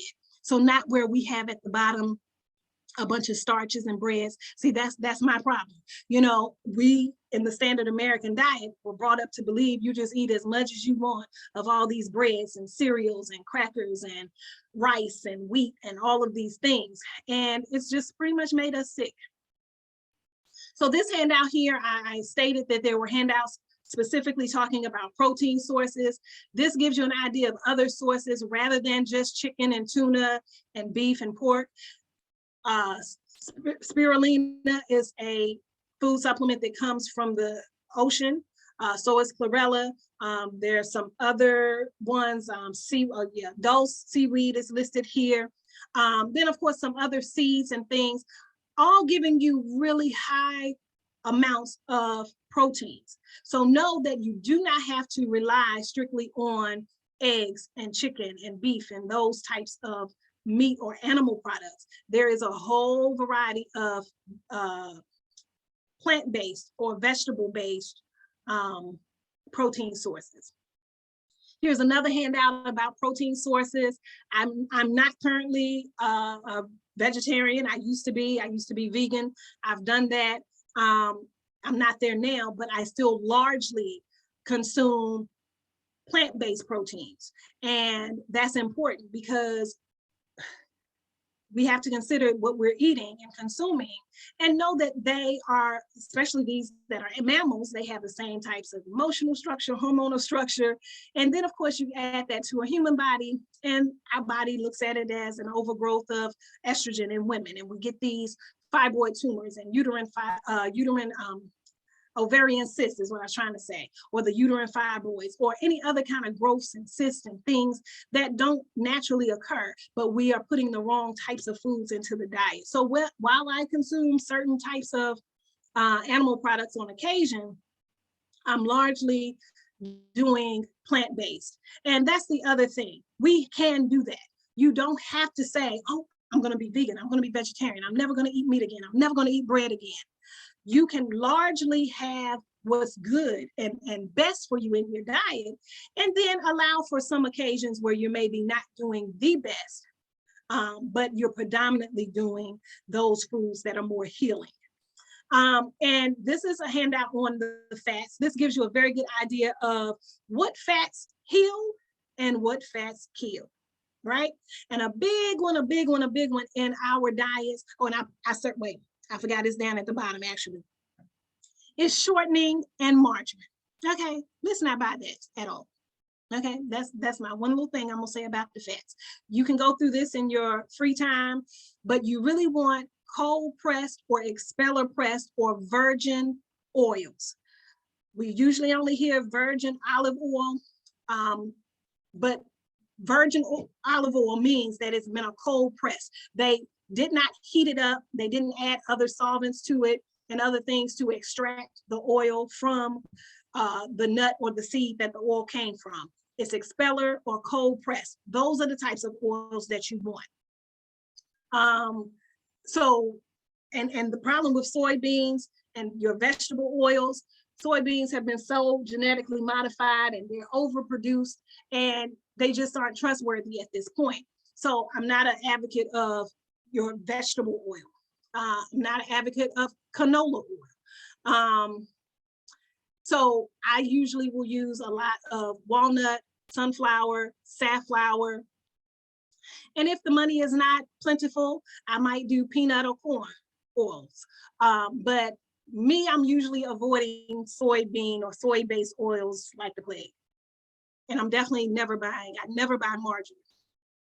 Margarine is completely made up product. It is no good for you, so is shortening. I'm a little surprised they even still sell lard and shortening on the shelves. So now this chart just gives some detail, sort of a quick overview of some of the vitamins and minerals and where you can find them. However, there's a much more exhaustive list here. I'm running kind of near time because I kind of did some ad-libbing here, so I will not go through, but I encourage you to look at some of the vitamins and minerals you're not as familiar with and see what they do and why they are necessary and add those foods into your diet. So some people may not be as familiar with vitamin A other than it's good for vision, but you may not know that it also deals with immune function and reproduction, right? And so it's good to know where you can get vitamin A. So this chart will give you the explanation of what it does and where it's found. And minerals, same thing. I'm sure that there are many minerals that you're not as familiar with. Biotin, most people have probably only heard of if they kind of have hair or skin, mainly skin issues, because you'll have a lot of biotin products where you will have these supplements that help with your hair and skin, but mainly biotin deals with protein, carbohydrate, and fat metabolism, and then energy storage. And so it's important to know where to find biotin naturally, rather than having to buy it from and use it from some pills in a bottle. You may not be familiar with niacin or thiamine. We may be familiar with calcium, which is very important, but also know what manganese and iodine and iron does in the body and natural sources for it as well, okay? So this chart is very good. It came from the Food and Drug Administration, but a good, really good source of just where to find. Not everything on this list though, am I an advocate of per se, I'm not big on beef and pork and dairy products and things like that, and promoting the consumption of those things, or organ meats you'll see listed here. These are not, things I'm personally saying, oh, this is fine to eat, but these are sources of these vitamins and minerals. And because not every food will you be able to find a good natural source for, I also have included the chart here on what foods and herbs you can find some vitamins and minerals in. So for example, if you are low in iron or you need to take iron, on our chart here, you may only find food sources of iron that you may not consume. So you may find liver here, right? Liver here, maybe you don't eat seafood, maybe you don't eat poultry and other meats, right? And so if your only option is beans and vegetables, it's good to know what herbal teas you can add to your diet, for example, right? That will give you good sources of iron. So as opposed to being limited to just some leafy green vegetables and some beans and peas, you now have a whole list of herbs and other supplements that you can add to enhance your iron. And that's just one example. So the reason I added this, and I compiled this chart many years ago, and I wanted to just let it be known why and how herbs are just so amazing, because naturally every herb includes vital nutrients. Sometimes we look at it simply as, oh, I can take this herb for a cold. But what you need to know is that it naturally contains certain properties, right? It might be an alterative herb where, right, it cleanses the blood, and, you know, or it might be an expectorant herb. And so it'll get rid of excess mucus and, you know, make you clear out your lungs and bronchial passages. But it also will have certain nutrients like these vitamins and minerals that will help you with that cold because it has vitamin C or because it naturally has zinc. So it's important to really know how and why herbs work. Well, it's important for me to know. And I think it's great to just really come full circle and understand why these herbs are so great at healing the body. It's because they naturally contain vitamins and minerals that are essential for our growth. And so we have to consider every herb is like just a superfood because it will have so many properties and so many nutrients in it. So I encourage you to look through this and know some food sources for some of the vitamins and minerals, some of the micronutrients. This handout I put in here, this gives an overview of different types of diets. And if you haven't gotten your book, right, your Global Green book, I'm so happy, these belong to somebody else, but so happy to have it in my hand, right? I just got this in my hand and I have to send them out. But in this book and in these handouts, I made it a point to list some good concepts of eating well and some possible diets, you know, to follow, because sometimes people just don't know where to start. And there are so many options. This handout is not as great as the explanation in the book because it'll give very details, it's more detail oriented, I should say, as to how to juice or why you would juice or what an alkaline diet is or why you would follow it or what a macrobiotic diet is. But again, this information, you still at least have an introduction to it and you'll have the understanding of some of the types of diets. And in terms of alkaline and acids, you know, I mentioned fruits and vegetables, and I mentioned lime and such being really high. I added this handout so that you will know when I talked about making the water more alive, you'll know, or if you have well water that you consume, you'll know what alkaline foods to make sure you add into your diet so that you can strengthen your system despite not having maybe the best quality of water. But these are foods that you want to include in your diet. And ideally, 70% of your food, at least 70% of your food should be alkaline food. So this chart is really great for that. It's giving you your high and medium food choices for alkaline foods. And then of course, the other side is the foods to avoid, right? And we know those high acid foods, we want to avoid those. And food combining. So this is another biggie for me, and we're kind of running out of time, but this is definitely a big thing because just as important as what you eat, it's important how you eat it. right? Because you can eat the best of foods, but if it doesn't digest properly and your body can't retain those micro nutrients and macronutrients that are in that food, it is pointless. You will poop it all out in the end and your body will still be void of the nutrients that it needs. So food combining is essential. And the main thing I'll point out with this is this little smoothie craze of mixing any and everything. It's like the kitchen sink, them cookies, you know, they make these cookies called everything but the kitchen sink, where you just put everything in it. Yes, you should not do that with your smoothies. You probably shouldn't do that with your cookies either. But my biggest takeaway from this food combining thing is that all fruits and vegetables do not go together. So from a holistic standpoint, being trained as a naturopath almost 30 years ago now, well, I say 25 years ago now, it was never taught to just add fruits and vegetables. They take different enzymes to digest. And I know for some people, they say, well, I'm only gonna eat it that way. If that is the only way you're going to get certain vegetables in your body and you have to add some strawberries or some peaches to it, okay, fine, or some mangoes to it, but that is just not how proper food combining goes, okay? But, and that's all sort of in the middle of this chart, because even certain fruits don't go well together.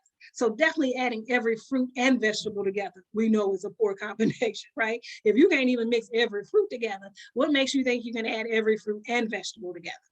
But the biggest issue, because not everybody does smoothies, the biggest issue that most of us have here is that we think meat and potatoes and then a vegetable is a balanced meal, but it is not. Proteins and starches do not combine well if you're talking about digestion.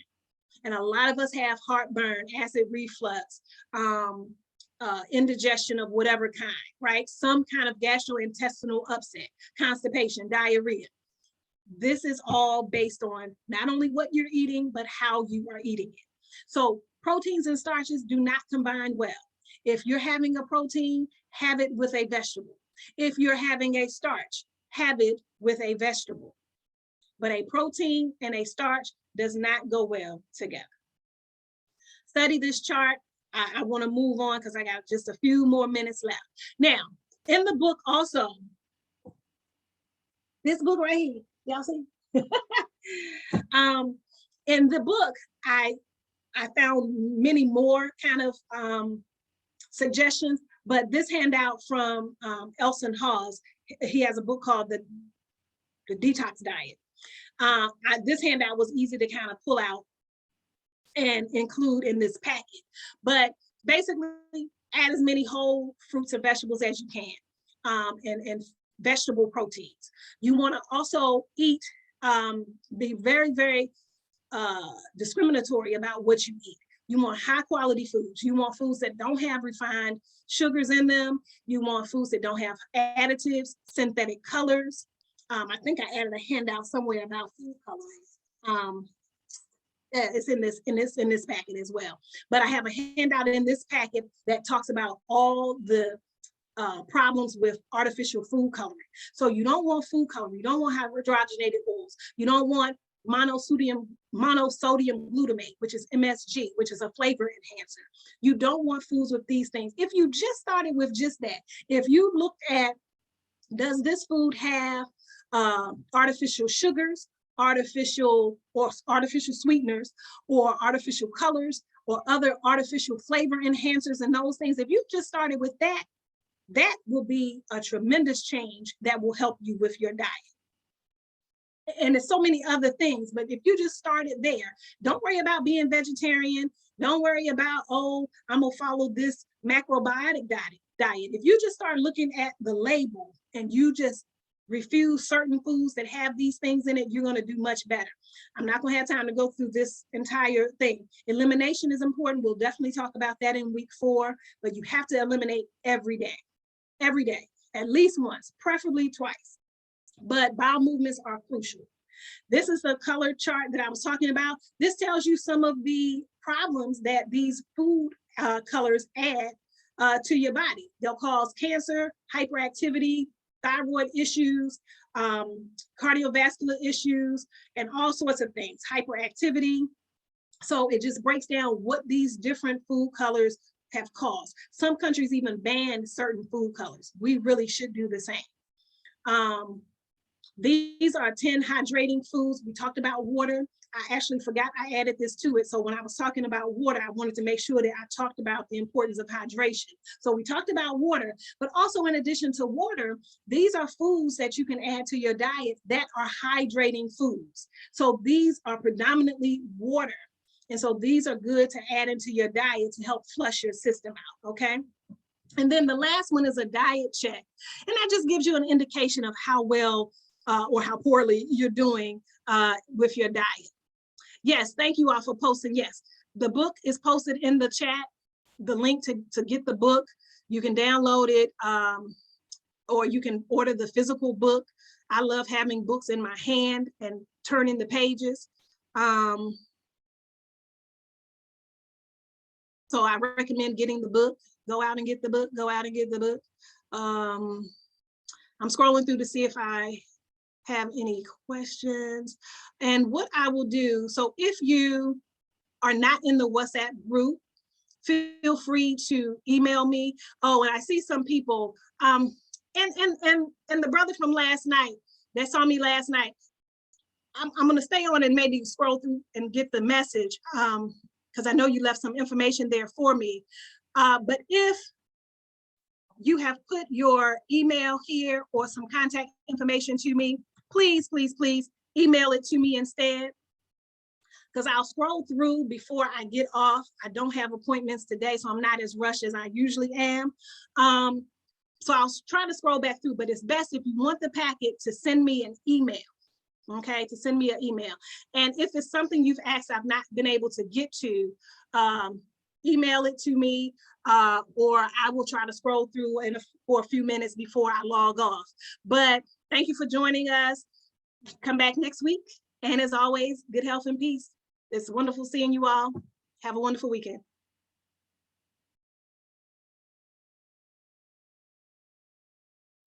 Yes, thank you so much. Thank you so much for a great lecture. We learned a lot. And those who want to grab their copy of the Healthcare Green Book edition, kindly follow the chat section and see the link shared. And also those who want some handouts, you can kindly reach out to nanakoa1@gmail.com. She will respond if you request for some handouts. And also you can join our WhatsApp group. I've shared the link in the chat section as well. So on next, we're going to have a Pan-African organizing class with Dr. Tyrene Wright.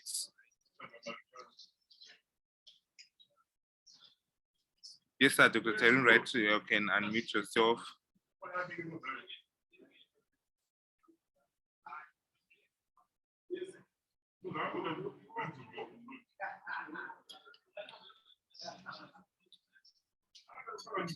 Okay, I can hand over to you, Yvonne. I can see you have something to share. Yvonne, can you hear me? Yes, I can hear you. We are going to watch a video for only 2 minutes that our members and ambassadors made for our fellow Black people in Ukraine. It's only for a few seconds, like 2 minutes. All right, thank you. So that after that, then we can have a Pan-African organizing class with Dr. Tyrene Wright. Ago yɛfrɛ me Nana Kwame mede nkyia ɛyɛ asomdwe nkyia ɛkɔma abibifo a ɛwɔ wiase afa ne nyinaa wɔn a wɔnam ɔhaw ne amanneɛ mu meka kyerɛ wo sɛ anidaso bi ɛwɔ hɔ ɛyɛ iloveblackpeople.com ɛyɛ website bi a wokɔ hɔ a mmoa papa ɛbɛba w'akwan mu nti mɛsrɛ sɛ obi biara ɔnam ɔhaw mu amanneɛ mu wɔn a ɛwɔ Ukraine ɛne amanman a ɔhaw ne amanneɛ bi ato mu yeyi won ama if you say why bibifo nti no wonko iloveblackpeople.com na mwe papa ebeba. Hi, my name is Zoe Owusu Agbe, ambassador from I Love Black People. I bring you good tidings and I want to encourage each and every one of you especially Black people, our Black brothers and sisters in Ukraine and elsewhere in the world who are facing any form of distress, going through any racism or xenophobic attacks. I want to encourage you to log on to iloveblackpeople.com website, and help will be your way. Let's say no to war. Let's spread love. I love Black people. I am because we are. Peace.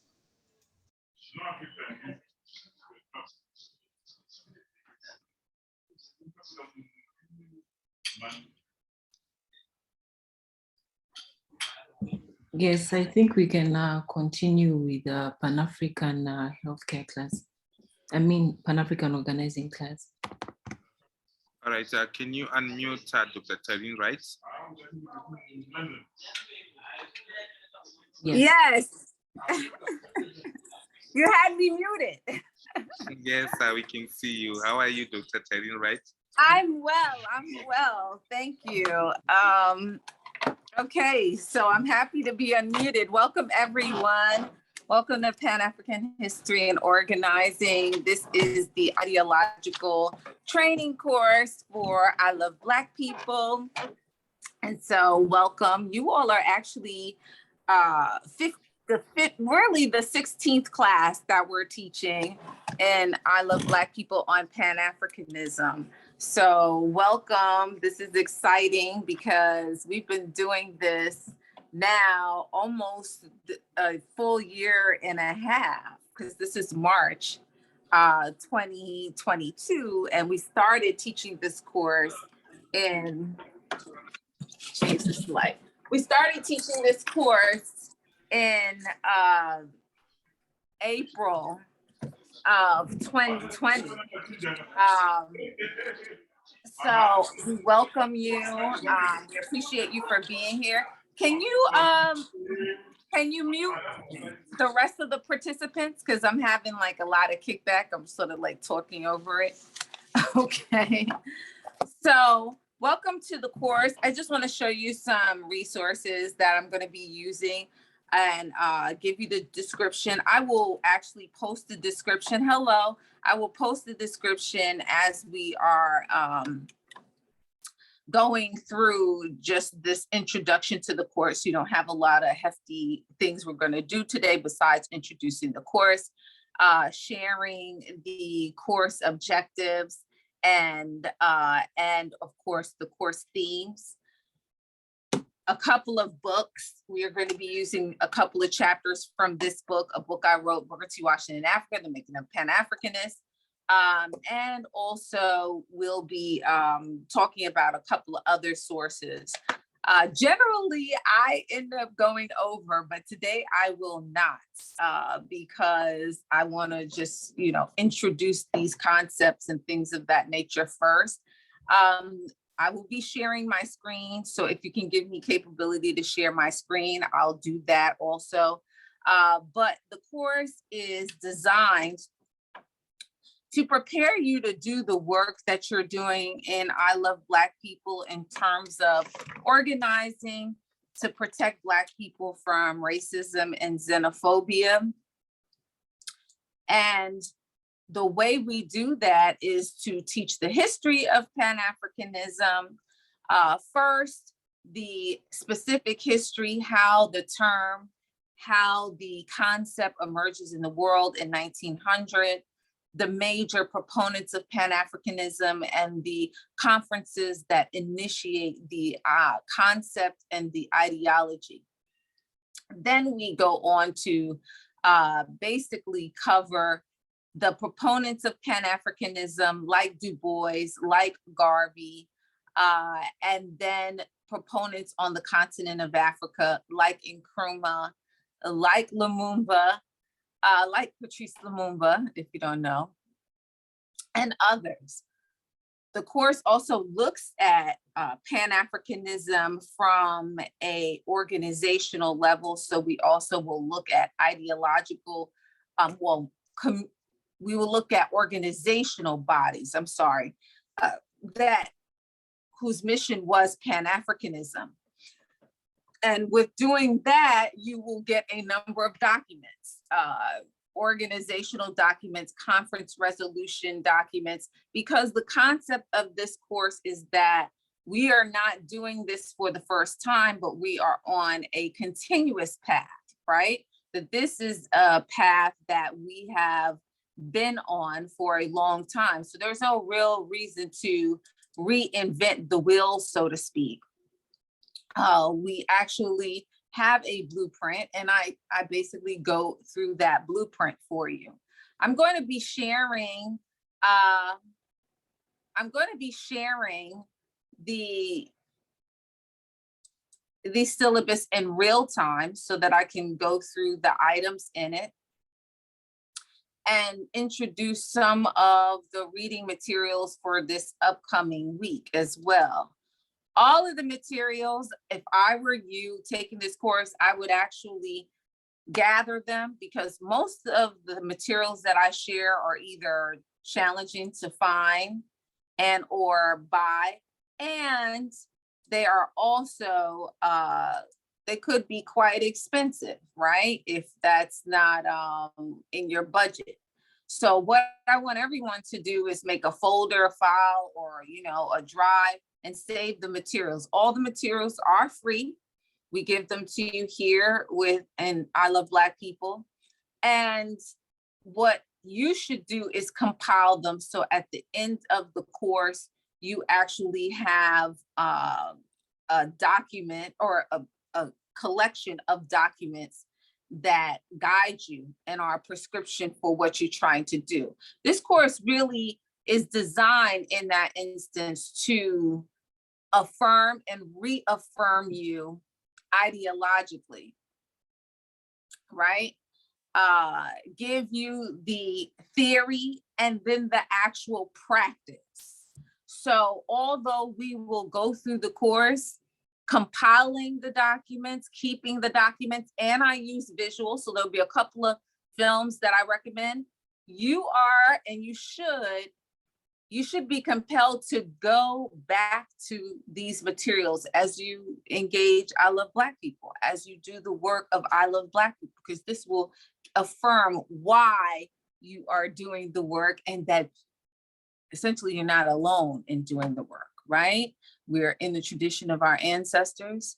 I'm going to start today briefly and give you one historical event, which is the first Pan-African conference. And we'll talk about that just a little bit. But those historic moments and those people, the proponents who are going to talk about proponents of Pan-Africanism, should affirm you in the work that you're doing. Okay, so what I'm about to do right now is I'm going to be sharing the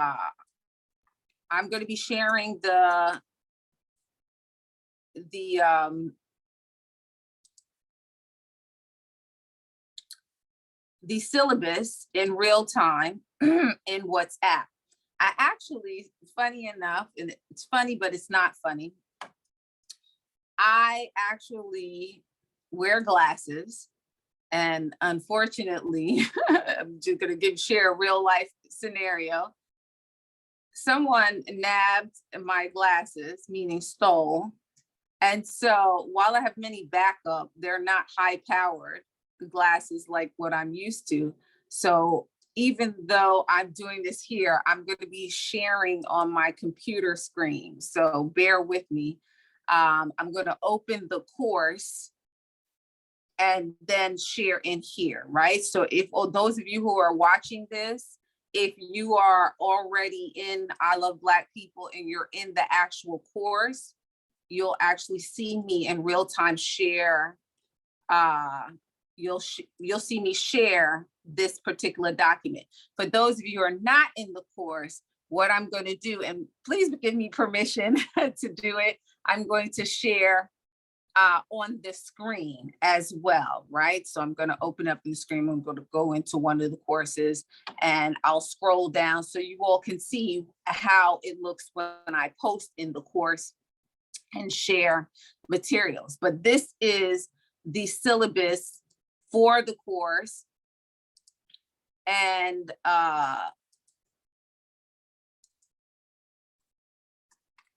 you will get that momentarily. So yes, I'm a little blind today. Sorry about that. And I'm not used to being blind. Okay, so 1 second, bear with me.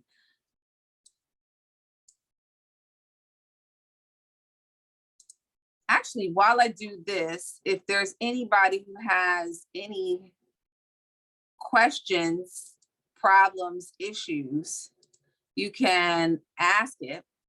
Like I said, there is a book we will use. You are not required to use this, buy this book in any way, shape, or form. I noticed some people in the States actually purchased the book. It's called Booker T. Washington in Africa, The Making of Pan-Africanist. It's actually a book that I wrote several years ago. You're not required to buy that book. You are actually going to be given chapters out of that book. And, and from there, we will be navigating the course. Also, there's another book that I recently adopted and inserting into the curriculum for this course. And I'm just sharing this as I like do the technical stuff on this side to put the documents in here. This is another book. For those of you who are in the diaspora, you may already be familiar, and some of you on the continent may already be familiar with the great and late H.U.R. James.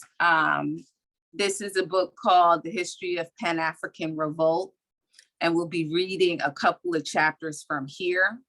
And it's basically chronicles the history of Pan-African resistance throughout the continent of Africa, within the Americas, various movements, and various historical periods.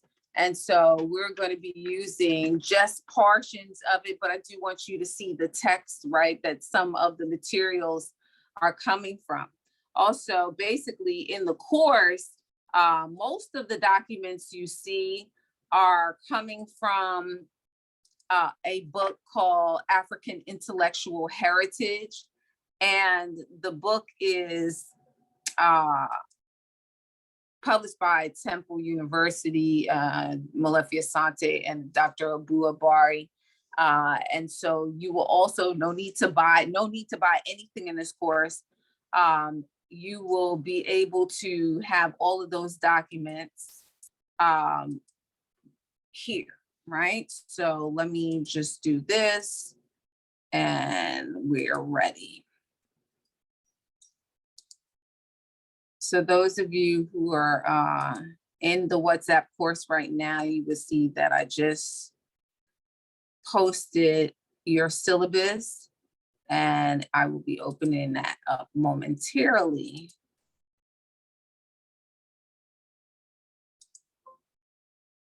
Okay.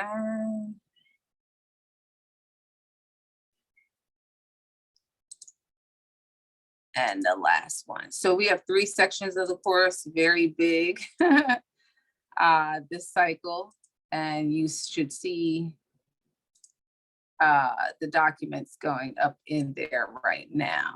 Okay, so can I share my screen? I have permission to share my screen? Yes, you do. Okay, wonderful. So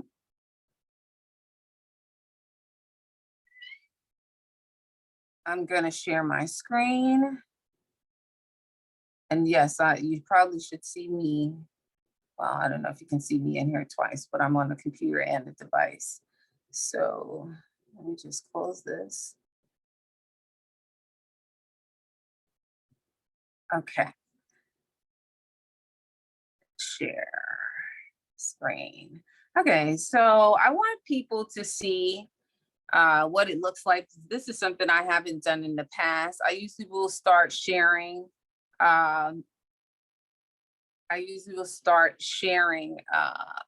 From a different means, but at this moment I'm showing you my screen so you can see the WhatsApp group, right? And so this is 15E.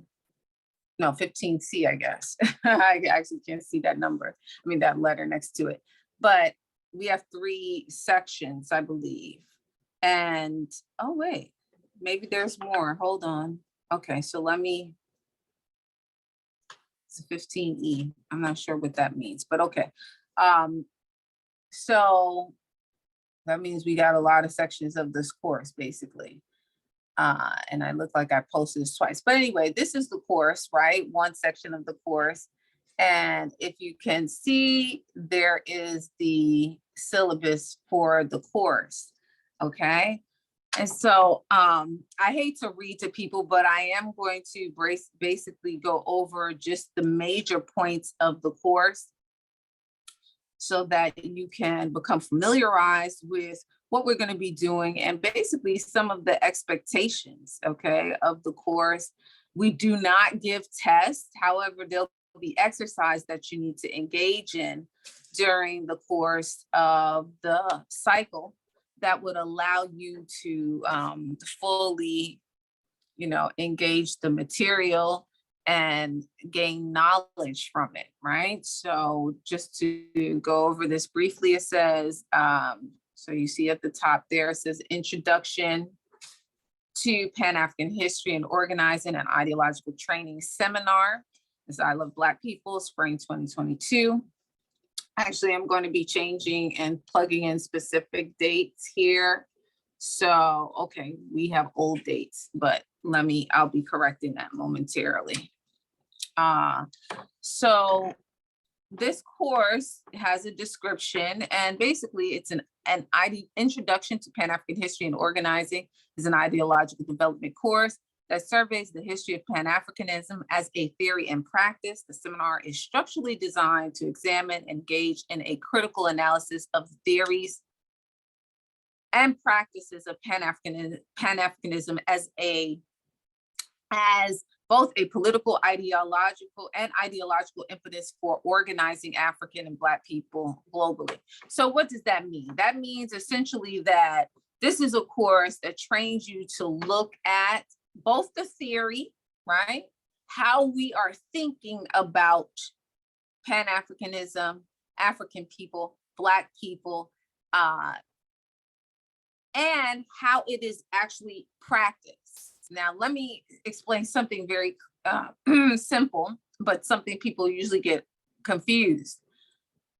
Theory and practice coupled together make ideology. And this is something that a lot of people don't understand, right? They think ideology is just somebody who is, sort of steeped in maybe a particular view. But ideology has two components: theory, thinking, and then practice, where one expresses what they're thinking. So we're in a process of analyzing both, right? You'll see with the first set of readings how I talk about how people formulate their ideas around Pan-Africanism with the first Pan-African conference, and how people come to understand, African people, Black people come to understand the necessity. What is it? Why do we need to come together? And then acting it out, okay? What do you do? So ideology is not just thinking something. Oh, that person is an ideologue, they have the ideological views of this and that. No, it's not ideology until you carry it out. This is very important, and I love Black people in particular, because those of you who are ambassadors are charged with carrying out certain work for this organization. It's not as simple as just, yes, I love Black people, I got the t-shirt, I'm an ambassador. The idea is that you know what you're doing, and you know why you're doing it, and you know whom you are doing it for. So every step along the way in this course, that is how we study examples individually and organizationally that the past gives us, right? So we will study a number of individuals who are Pan-Africanist in nature, and we'll study their thinking, and we'll study how they expressed it. Okay, then we'll look at organizations, and we'll study their thinking, their mission, their vision, why they come together organizationally, and then we'll study how they practice all of those things, right? How they expressed all of those things. And those two things, theory and practice, make up ideology. It's something that I hear amongst scholars, intellectuals, and lay people all the time. You know, that's ideology, that's ideology. So holds an ideology. A person can't just simply hold an ideology. Ideology is not meant to simply be held. It's meant to be expressed, right? So, however, I understand how people are using it, but it's incorrect. It's right. So the reality is that here we will study all aspects of the ideological development of Pan-Africanism as it expressed in the world, the diaspora on the African continent, individually, organizationally, and then nationally on the continent of Africa. Okay, so I just wanted to be clear about this so you know what you are doing, why you're doing it, and whom you're doing this for, right? The course begins with the historical foundations of Pan-Africanism at the turn of the 20th century, while it is simply a budding concept in the African diaspora and Americas. It becomes the impetus for international organizing in Europe, the first Pan-African Conference, 1900, and the Americas, and the Americas. It finds its highest expression on the African continent in liberation and revolutionary struggles against imperialism with the objective of continental unity. And yes, I am saying the highest expression of Pan-Africanism that we have ever known is when nations on the African continent say, we cannot just liberate our nation in this corner of Africa, but we have to have continental unity that insulates us and protects us against imperialism and colonialism and white supremacy. Okay, and we haven't had a chance to fully realize that 100%, even though most of the countries on the African continent are independent, but now we have neo-colonialism, and I will get to that, right? Many have questioned the measurable results produced by Pan-Africanism. This course explores this idea, qualifies the practice and production of Pan-Africanism, considering measurable social, political, economic, and material gains for African and Black people globally by examining policy cases, conference resolutions, and various approaches employed by early proponents of Pan-Africanism, African nationalists, organizational bodies, and institutions. So let me take a moment out to say that you will at the very least learn the definition of Pan-Africanism, and that's going to be covered in the learning outcomes as you see them here. You will come to understand, I'll just give it to you briefly, that Pan-Africanism does not mean African people, Black people just getting together for a party. It does not mean that. Part of the reason why I focus just briefly on ideology is because Pan-Africanism is an ideology. It is meant to be thought in a very concrete way and then carried out. And the thought that Pan-Africanism is that we come together to protect ourselves, unify for the purpose of eradicating oppression and exploitation of African and Black people. Okay, that is the point, right? We come together to remedy our condition, not we just come together.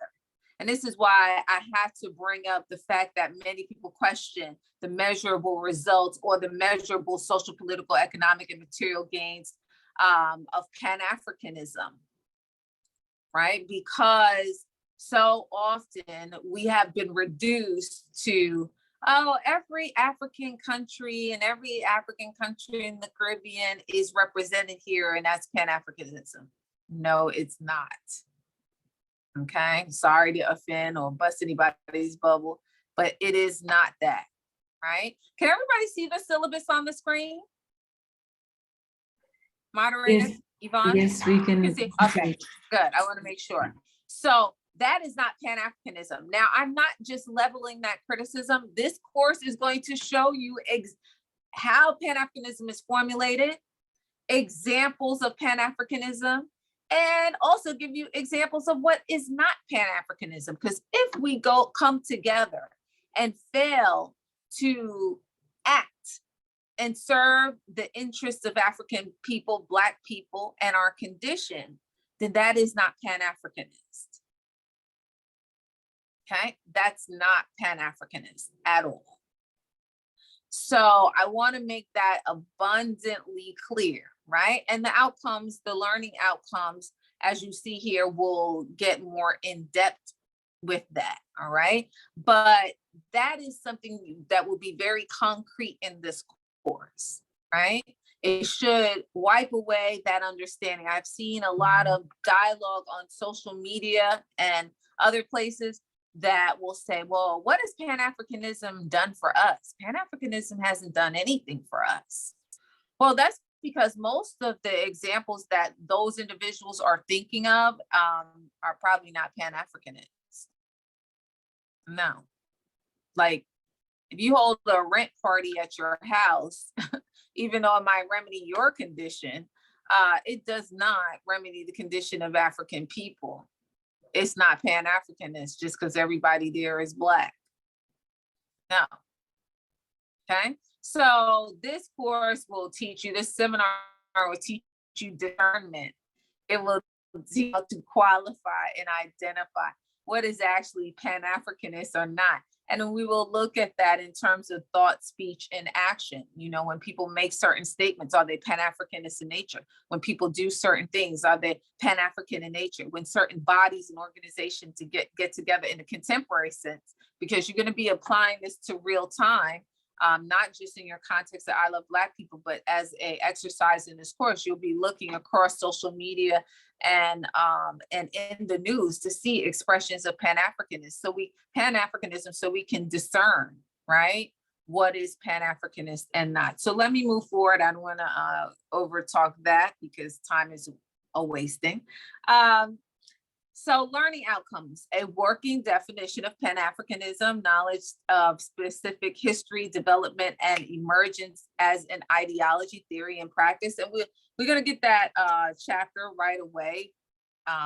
By Monday, I generally post, and then you have all week to read it, and we'll have some discourse and exercise within the groups about it.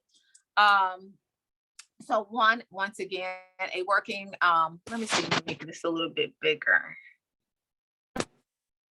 Okay. A working definition of Pan-Africanism, knowledge of its specific history, development, and emergence as an ideology, theory, and practice in the world. The ability to identify and qualify Pan-Africanist thought, speech, and action across various technological mediums, social media platforms, virtual spaces, and brick and mortar spaces, meaning in real life, in real time, where you're physically with people and things are playing out. And you want to come to an understanding or critique whether or not what is taking place in front of you is truly Pan-Africanist or not, right? The ability to qualify whether policies, legislation, organizational initiatives, and or general practices are Pan-Africanist in nature and beneficial to African and Black people. The ability to identify imperialism, colonialism, neocolonialism, as oppressive and exploitative systems as they have manifested throughout the African world, Africa and its diasporas. The means and methods through which African and Black people have organized, fought, resisted, and liberated themselves and nations from imperialism, colonialism, and the ways in which neocolonialism is currently being expressed. The role of Pan-Africanism as a primary strategy and tactic in the effort to eliminate racism and xenophobia. 7, the ability to differentiate multiple perspectives through an analysis of different cases built on measured evidence-based arguments and research essays. So basically, when we get to the point in our course where we start looking at examples, we'll do that through a number of historical cases that have taken place, where we can analyze what is Pan-Africanist in nature and what is not, right? Once again, the formula is really very clear, and I'm about to get to it, how to qualify things, right? So if it does not alleviate the suffering of African people or remedy our condition if it's not for the purpose of unifying, which allows us to protect ourselves, our condition from oppression and exploitation, then it is not Pan-Africanist in nature. It's nothing, I have no bigger pet peeve than the idea that just because, you know, all the African nations are represented at an event, or all the Caribbean or everybody in the Americas are represented and we're all Black, that is actually Pan-Africanist in nature, right? Because if we are not doing anything to directly insulate and protect ourselves and remedy our condition everywhere we are, or at whatever that event is, then it shouldn't be seen as Pan-Africanism. And so in many ways, a lot of people have some negative views about Pan-Africanism because they dub things Pan-Africanist that are not, and then say, hey, well, it didn't produce anything. No, Pan-Africanism is when said organization, action, case, or historical event does produce something for us as Black and African people. The cases where it produces nothing that speaks to our condition, those are not Pan-Africanists, plain and simple. So, you know, so when we come together for a perfect example, and I apologize for people who are sensitive about some of the organizations there, but we did in the United States, we did an anniversary of the Million Man March, but it was open up to more of the Black community here than it was the first time, in terms of, you know, in 1995, the Million Man March was primarily supposed to be Black men coming together for the, you know, atonement. Farrakhan said, I love Farrakhan, love the nation. However, the 20th anniversary or whatever it was of the Million Man March was like basically a million, I'm gonna say like million people march or whatever. I don't know, and probably in some spaces, but across the scale, 1 million Black people came together, and we don't have, and I'm not talking about money when I go like this, but I'm talking about we don't have concrete results as a result of that, right? That being said, that wouldn't have been Pan-Africanist, just because, and I was there, so I'm not talking about it like I wasn't there, but just because it was an event and 1 million Black people in America showed up, it does not mean that that was Pan-Africanist. It means 1 million Black people showed up. Pan-Africanism means 1 million people show up and take action to the benefit of 1 million Black people in America who suffer under white supremacy and culture. That's what Pan-Africanism means, right? We come together for the purpose of dealing with our condition, our exploitive and oppressive condition and circumstances. That is what that's the nature of Pan-Africanism. It's not just showing up, it's taking action. This is why I started out with explaining the concept of ideology, right? So I want to be very clear about that. And love to all the organizations, but just because you show up and come together doesn't mean it means it's a Black organization, it means a Black event. It does not mean it's Pan-Africanist, right? At all, right? So number 8, the ability to apply the knowledge acquired in this, similar to the active role and responsibility of ambassadors of either Black people in eradicating racism and xenophobia. 9, the ability to qualify and qualify again everything, okay, before declaring it substantial or beneficial to African and Black people locally and globally. And that speaks to what I just said, meaning once if we're talking about events or organizational events or organizational efforts, or, you know, a pushback by a certain group of people, organized group of people or movements, we cannot just dub it Pan-Africanist without qualifying, right? Weighing and measuring what it produced for us, right? So if it produced nothing for us or it produced something negative for us, then it is not Pan-Africanist, okay? So the ability, let me see, okay, number 10, develop a measurable results orientation regarding business practices and services, policy and political agendas, legislative initiatives, organizational efforts, and institutional practices, okay? So those are the learning outcomes, what you're expected to learn during the course of this seminar. And then here are the seminar themes, which reinforce the learning outcomes. So seminar themes: Pan-Africanism, unity. Another word for Pan-Africanism would be African unity, Black unity, as the primary organizing tool, weapon, strategy for eradicating racism and xenophobia against African and Black people.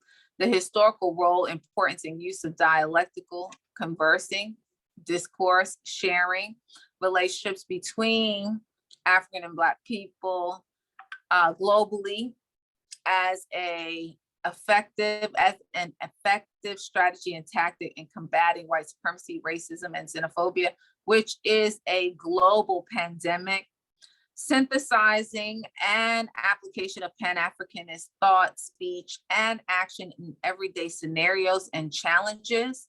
The role, number 4, the role of education, specifically history, in eliminating ignorance, divisiveness, propaganda, and individualism amongst African and Black people in the effort to achieve Pan-Africanism unity.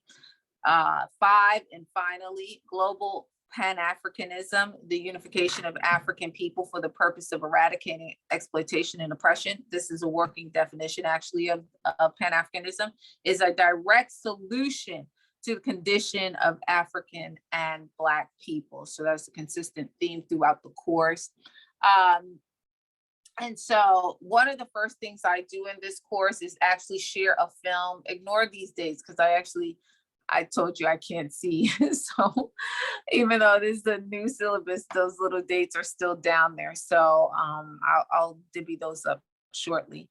But one of the things I do before we start even getting into the content is share a film. So you see right there, The Journey of Man, A Genetic Odyssey is a film that I have everyone watch. And why? Because it initiates a conversation around humanity. And as long as we're talking about human beings, we need to know who humanity is. And my contention is that humanity, the human being, is African first. And so, side note, this is my conversation about language that I'll use or that you'll hear in the context of the course. So I'm going to quote a classmate of mine, as I often do. So people usually go back and tell him. So a classmate of mine way back when often says, no human beings lived outside of a cultural context, right? Culture is how you live, right? The first human beings were in Africa, emerge in Africa, right? The Homo sapiens sapien emerges in Africa. Therefore, to be human means to be African. And my contention is that I will add on to that and say, for most of the time that humanity exists, to be human means to be African, right? We have been on this earth for 200,000 to 300,000 years, 200,000 to 300,000 years. Okay, think about that. Think about it in dollars and cents if you need to just get a depth of the understanding how much that is, right? And we have been here for most of that time as identifiably African. So I shared this film about the journey of man, a genetic odyssey, to bring all ships up to the same level, raise all of our boats to the same level, and understanding that, yes, to be human means to be African first and foremost. And Blackness is a natural characteristic of human beings, okay? It makes us identifiably identifiable, right? So we are identifiably melanated in a racialized society. When race is constructed, which is only about 500 years ago, race began to be constructed. This concept of race emerges from a very young group of people called Europeans. They begin to construct this idea of race, but and call us Black. That being said, melanin is the human jacket. It is a natural characteristic of African people, of human people. And I can't stress it enough. When I say African, I mean human, right? And that is us, right? So we need to get a deep understanding of that first and foremost. And so I share this film. Now, there's an unlikely figure in this film. I utilize the film, utilize it. I do not pay homage to it or the creators of it. We utilize it. And so there is an interesting little geneticist or interesting geneticist named Spencer Wells, who is a European, who years ago had the idea to take this theory that we know is true about humanity, which is that humanity emerges in Africa and then migrates to the four corners of the world. He takes this theory and he begins to test it with DNA mapping. So he's taking the theory and he is comparing it with the scientific fact of DNA. And the DNA takes him to a journey around the world, mapping the migratory pattern of human beings, beginning in Africa and then moving around the world. A couple of reasons why I utilize this film. It affirms what I already know and what some of you may still be learning and some of you already know as well, which is that humanity, the home of humanity is Africa, without a dispute scientifically, okay? We are the parent people, the progenitors of every other people on this earth, not the other way around. We are very old people and we are the oldest people, hence, like I said, the parent people. We are the first human beings and we are the first constructors and architects of culture, community, nationhood, and civilization. Okay, and so we need to understand that it's not just a theory, it is qualified and even proven by the science, right? Because we can map how long people have been here and how old people are in terms of at least genetic markers, right? And the human population. So you will see in this film, this individual go to the continent of Africa and go to Southwest Africa, present day Namibia, and engage a population called the Khoisan, where he gets their DNA through blood and is able to identify them as one of the oldest groups of people on Earth and map their DNA around the Earth. So these are scientific facts, right? We like to back up some of what we think we know in theory with hardcore scientific fact and data. And this film helps you do that. Now, please understand, I'm not an advocate of Spencer Wells. I'm utilizing him. I reject his rhetorical structure. He uses some language that I do not think is progressive, right? He speaks of the Khoisan as Bushmen, which I think is problematic if you know who they are, right? To call people anything other than what they call themselves or who you know them to be, it's always a semblance, whether explicit or implicit disrespect, right? It's subtle. However, this idea that Europeans created science, he utters this a time or two in the context of this documentary. I fundamentally reject that because we already know that this first science emerged in the first human civilizations, and that those are in Africa, okay? Side note, how we know this is because, you know, we can go in any European museum where they have the audacity to have dragged our bodies out of the African continent and out of our final resting places and put them on display in museum.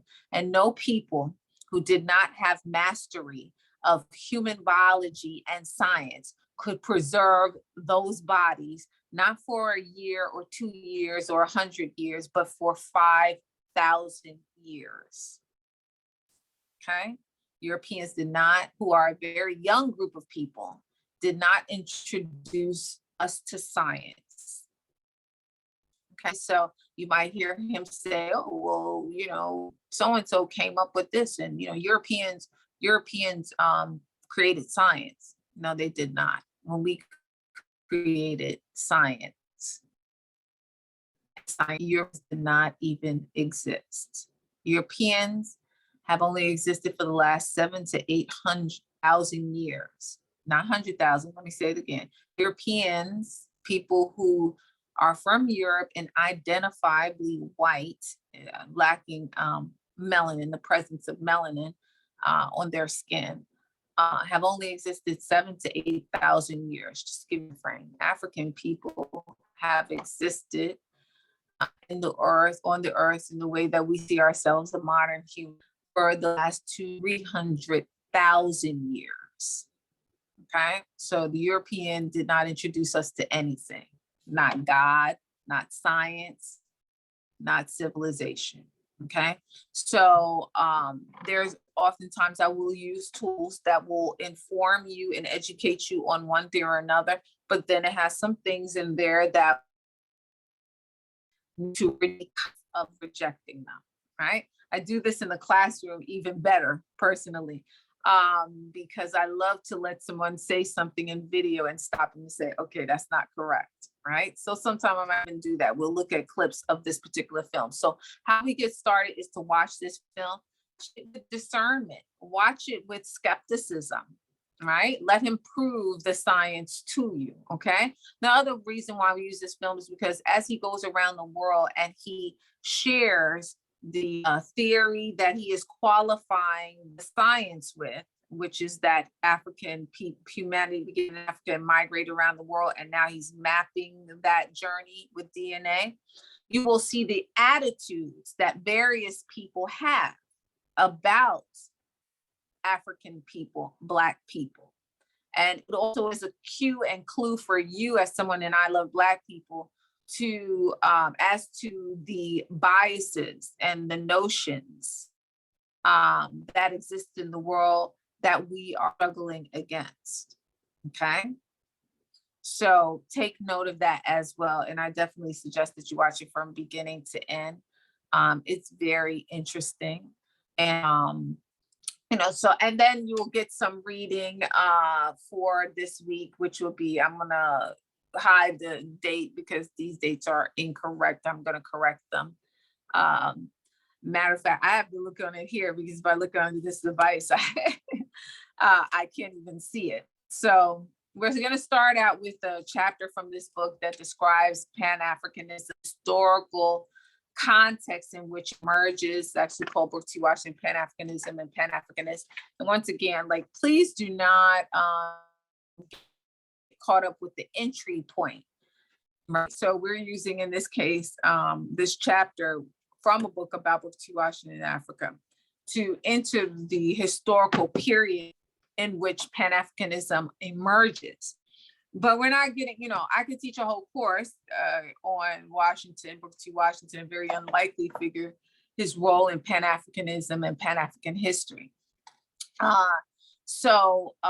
that's not what I'm doing. I'm talking only about Pan-Africanism in an ideological way, in a historical way. And so there's one chapter that you'll be given initially so we can recreate and reconstruct that moment in time in history when Pan-Africanism emerges. Okay, so that will be your reading for the week, and I'll be asking you to, you know, pull some stuff and put in the group from larger society in terms of, you know, just some of your general thinking. I want to sort of get a barometer, or get a sort of snapshot of where some of you are in your thinking in terms of what you think Pan-Africanism right now means to you. So I will essentially throw out a small little exercise and we'll do it together in the group. But first things first, the film, right? And then the reading. And as I said before, all of the documents will be given to you in PDF form, and you will be able to read them on here free of cost. And so there's purchase anything, okay? I think I'm gonna stop there. I'm gonna take some questions, comments, if you have them. And yeah, so I'll see if anybody has anything to say. Okay.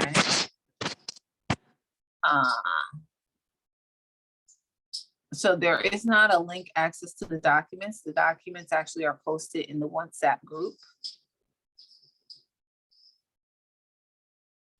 The documents are actually in the WhatsApp group. So I will be reposting, because I think that we have more than normal of this particular course this time. So it seems like we have A, B, C, D, possibly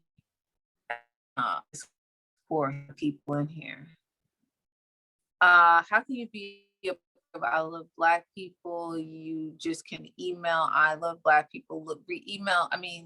Write in the chat for the moderator. Moderator, could you let them know how they can actually take the course? Put it in the chat. Yvonne, share the link for them to sign up for this course. Yes. Okay, good evening, Dapper. Powerful text. Let me say, I hope to have my own text for posterity. Yeah, so network is disturbing. Oh, okay. I'm sorry. Some people are experiencing technical difficulty. So everybody will get the documents that are actually registered for the course. If you're looking at this on Facebook, or if you're looking at some other platforms, I know that we go live in various places, then you have to join the actual course, sign up for the course, and the moderator can tell you how to do that. Share that with the audiences that we may have right now. Someone else asked me, please display the title of the book, Peter Kamba. Okay, Libby. So this is called Booker T. Washington in Africa, The Making of a Pan-Africanist. This is actually a book I wrote. You do not have to buy this book if you're in the course or anything like that. It's called Booker T. Washington, Pan-Africanism, and Booker T. Washington in Africa, The Making of a Pan-Africanist. Actually, on the website of the book, there's a lot of information for those of you who are on the African continent and just want to know more about the book. It's hard to get the book to the continent, but a digital copy of the book e-book copy version will be on sale soon of that particular book, because it's been revised and expanded. I wrote it years ago, it was published 7 years ago now. But so now there's a revised and expanded version of the book coming out and within the next month or two. That being said, if you're in this group, you don't have to do any of that, because I've shared chapters from the original version of the book, okay, here. But that's the title, Booker T. Washington in Africa, The Making of a Pan-Africanist. Yvonne, do you have the link to the book, my book? Can you share that in the chat for those who want to go to the website? You can share that. Okay. I can't type it myself because I actually can't see the so it's amazing how technology allows to function. Those of you, the stuff I am reading, I have blown up super big, but to see anything small that's already in print, I can't technically see it right now. Isn't that a shame? Yeah, so anyway, without my glasses, and reading glasses aren't enough for me at the moment. So But don't worry, I will remedies. My new glasses are on the way. So thank you. Yes, they are powerful texts. And then this is another book that I've been rereading myself, and I'm going to be using just a little bit from here. It's called A History of Pan-African Revolt, and it's by a great historian named C.L.R. James. And I'm going to be scanning a couple of pages from this and sharing it with you, because I want to kind of, I like to add a couple of new things to the course, the seminar every cycle. Sometimes it just goes so fast, it's hard to do that. Hello, I love the introduction, Dr. Good Day, African. Thank you, Oscar. I have been watching pictures quite long, and please, I have to go. Hope to get the lecture notes. Thank you. Okay, great. Kindly have the meeting and join and make sure to connect. Okay. I couldn't hear anything throughout the lectures. I hope that the lectures. Okay. Thank you, Zoe Olusu. I love your name. That's nice.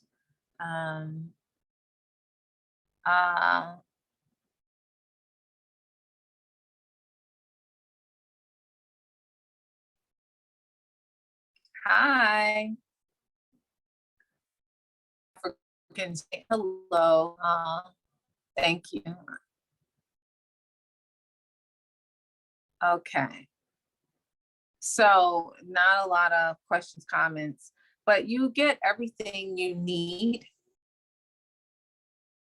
Okay, John Johns. Where are you, John Johns? Because I actually don't send the books out. Could you just tell me really quickly where you are so that I can ask the person who sends the books out? Tell me where you are, and so that I can go back and tell them, like, hey, there's an order outstanding. Victor, please may you show again the link to access that YouTube film. Okay, I will. John Johns, Philadelphia. Okay, all right, let me, I don't wanna, see. John Johns, what is your last name? Do you mind sharing so I can find out?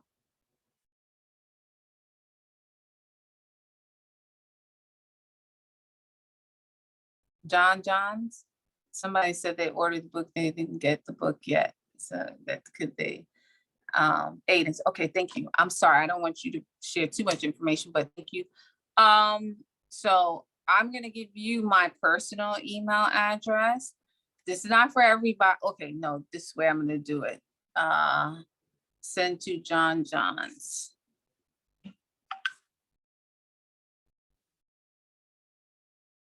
I'm sending you a message. Okay, I hope I can get this. So it's my name, right? I can't see that I'm typing this correctly, but if it doesn't come out correct, know that the email address, no, I'm sending you my email address. Look in the chat. If it's spelled wrong, that is, if it's spelled wrong, that's because I can't see, but I hope I'm all right. So there you go. Just yeah, give me your, just send me an email with your name and address. So this way, I don't know, I can't check the book orders just yet, right? But I know I have like at least a book or two on hand, and I can send that out to you. Okay, and you look like you're close to me, okay, geographically, right? And let me just say this, sorry folks, I don't usually share my email address on here because of the fact that I'm not as, so I'm not good at answering emails, particularly because I manage several email addresses as it is, okay? And so it's very difficult for me to tell people to email me and that I'm going to respond to them. So side note about me, I actually teach for a university in New York. I generally teach history and political science and skill-based courses. You know, I'm born and raised in New York. Just to give you a little bio and background for myself, I hail from a great historically Black institution, one that we created for ourselves called Tuskegee University, where I was a student of history and got my Bachelor of Science in History. Then I come back to New York and I got a Master's of Science in History with Master of Science in History, Modern African History, where I studied the political history of Africa. I began traveling Africa at that point in time, lived in Senegal, taught at the University of Cheikh Anta Diop for a moment. And then I get my PhD in public policy and social issues, where I basically wrote a dissertation on a couple of historical cases that relate to African policy. So in general, I work across discipline as a theorist, and I analyze policies that impact African relations. Just to give you, I always fail at giving a bio of myself, but the reason why I'm telling you all that is because I never usually do. And then two, as a result of saying, okay, so I've initiated a couple of businesses and organizations and things like that. And so I man a couple of things in the context of the position and in the context of, you know, other businesses that I have. So it's hard for me to share my email address and with such a large group and then say that you're going to get an answer. So I would rather you jump on here when we have a session and talk to me directly, okay? But Mr. John Aidens, I'm going to be communicating directly with you. Okay, now other people are sharing their email address. Victor's, okay, so Victor, where are you at? Where are you at? So Mr. Aidens, you'll hear from me personally, right? Like, cause I don't know where your book is in the process of, right? Like if they mailed it out or whatever, I would be lying if I told you that I man that personally. I do look at orders and stuff like that, but I have the luxury of doing, you know, sending everything out. So other people, Joseph, Christopher, you're sending me your email address. Is there a reason why people are sending me their email addresses now? I'm not sure now.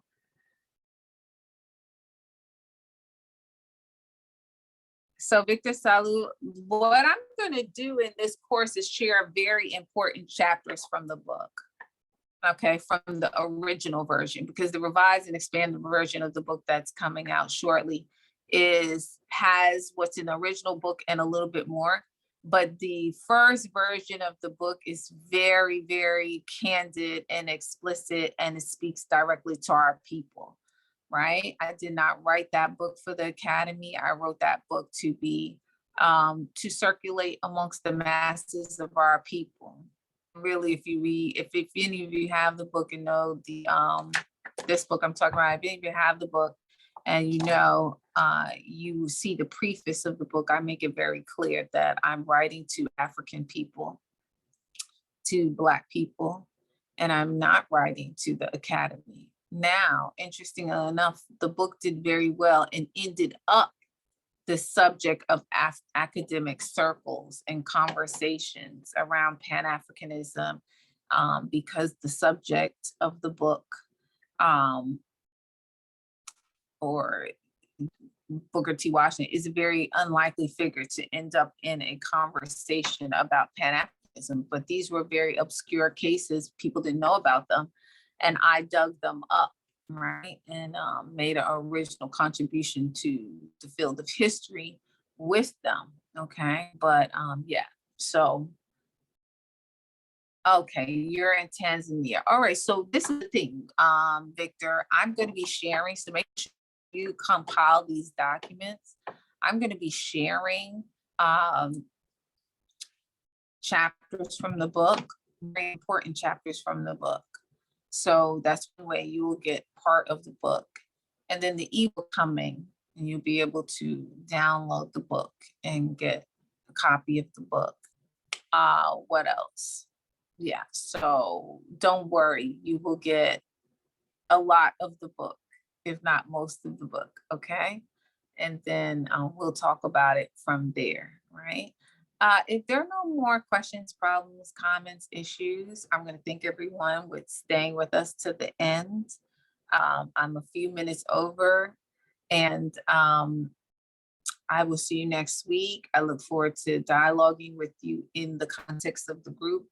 This syllabus, it gives us the core thing. The dates need to be revised a little bit, but I will be doing that. So we know that we're starting on today, which is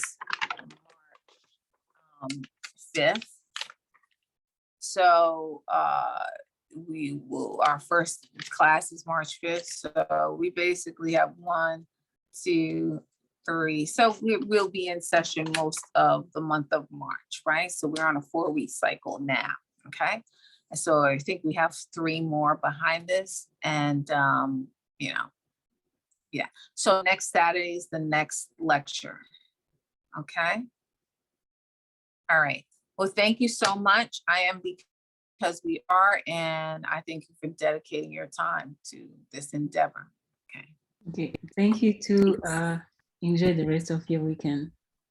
Okay, thank you very much, Yvonne. All right, bye-bye.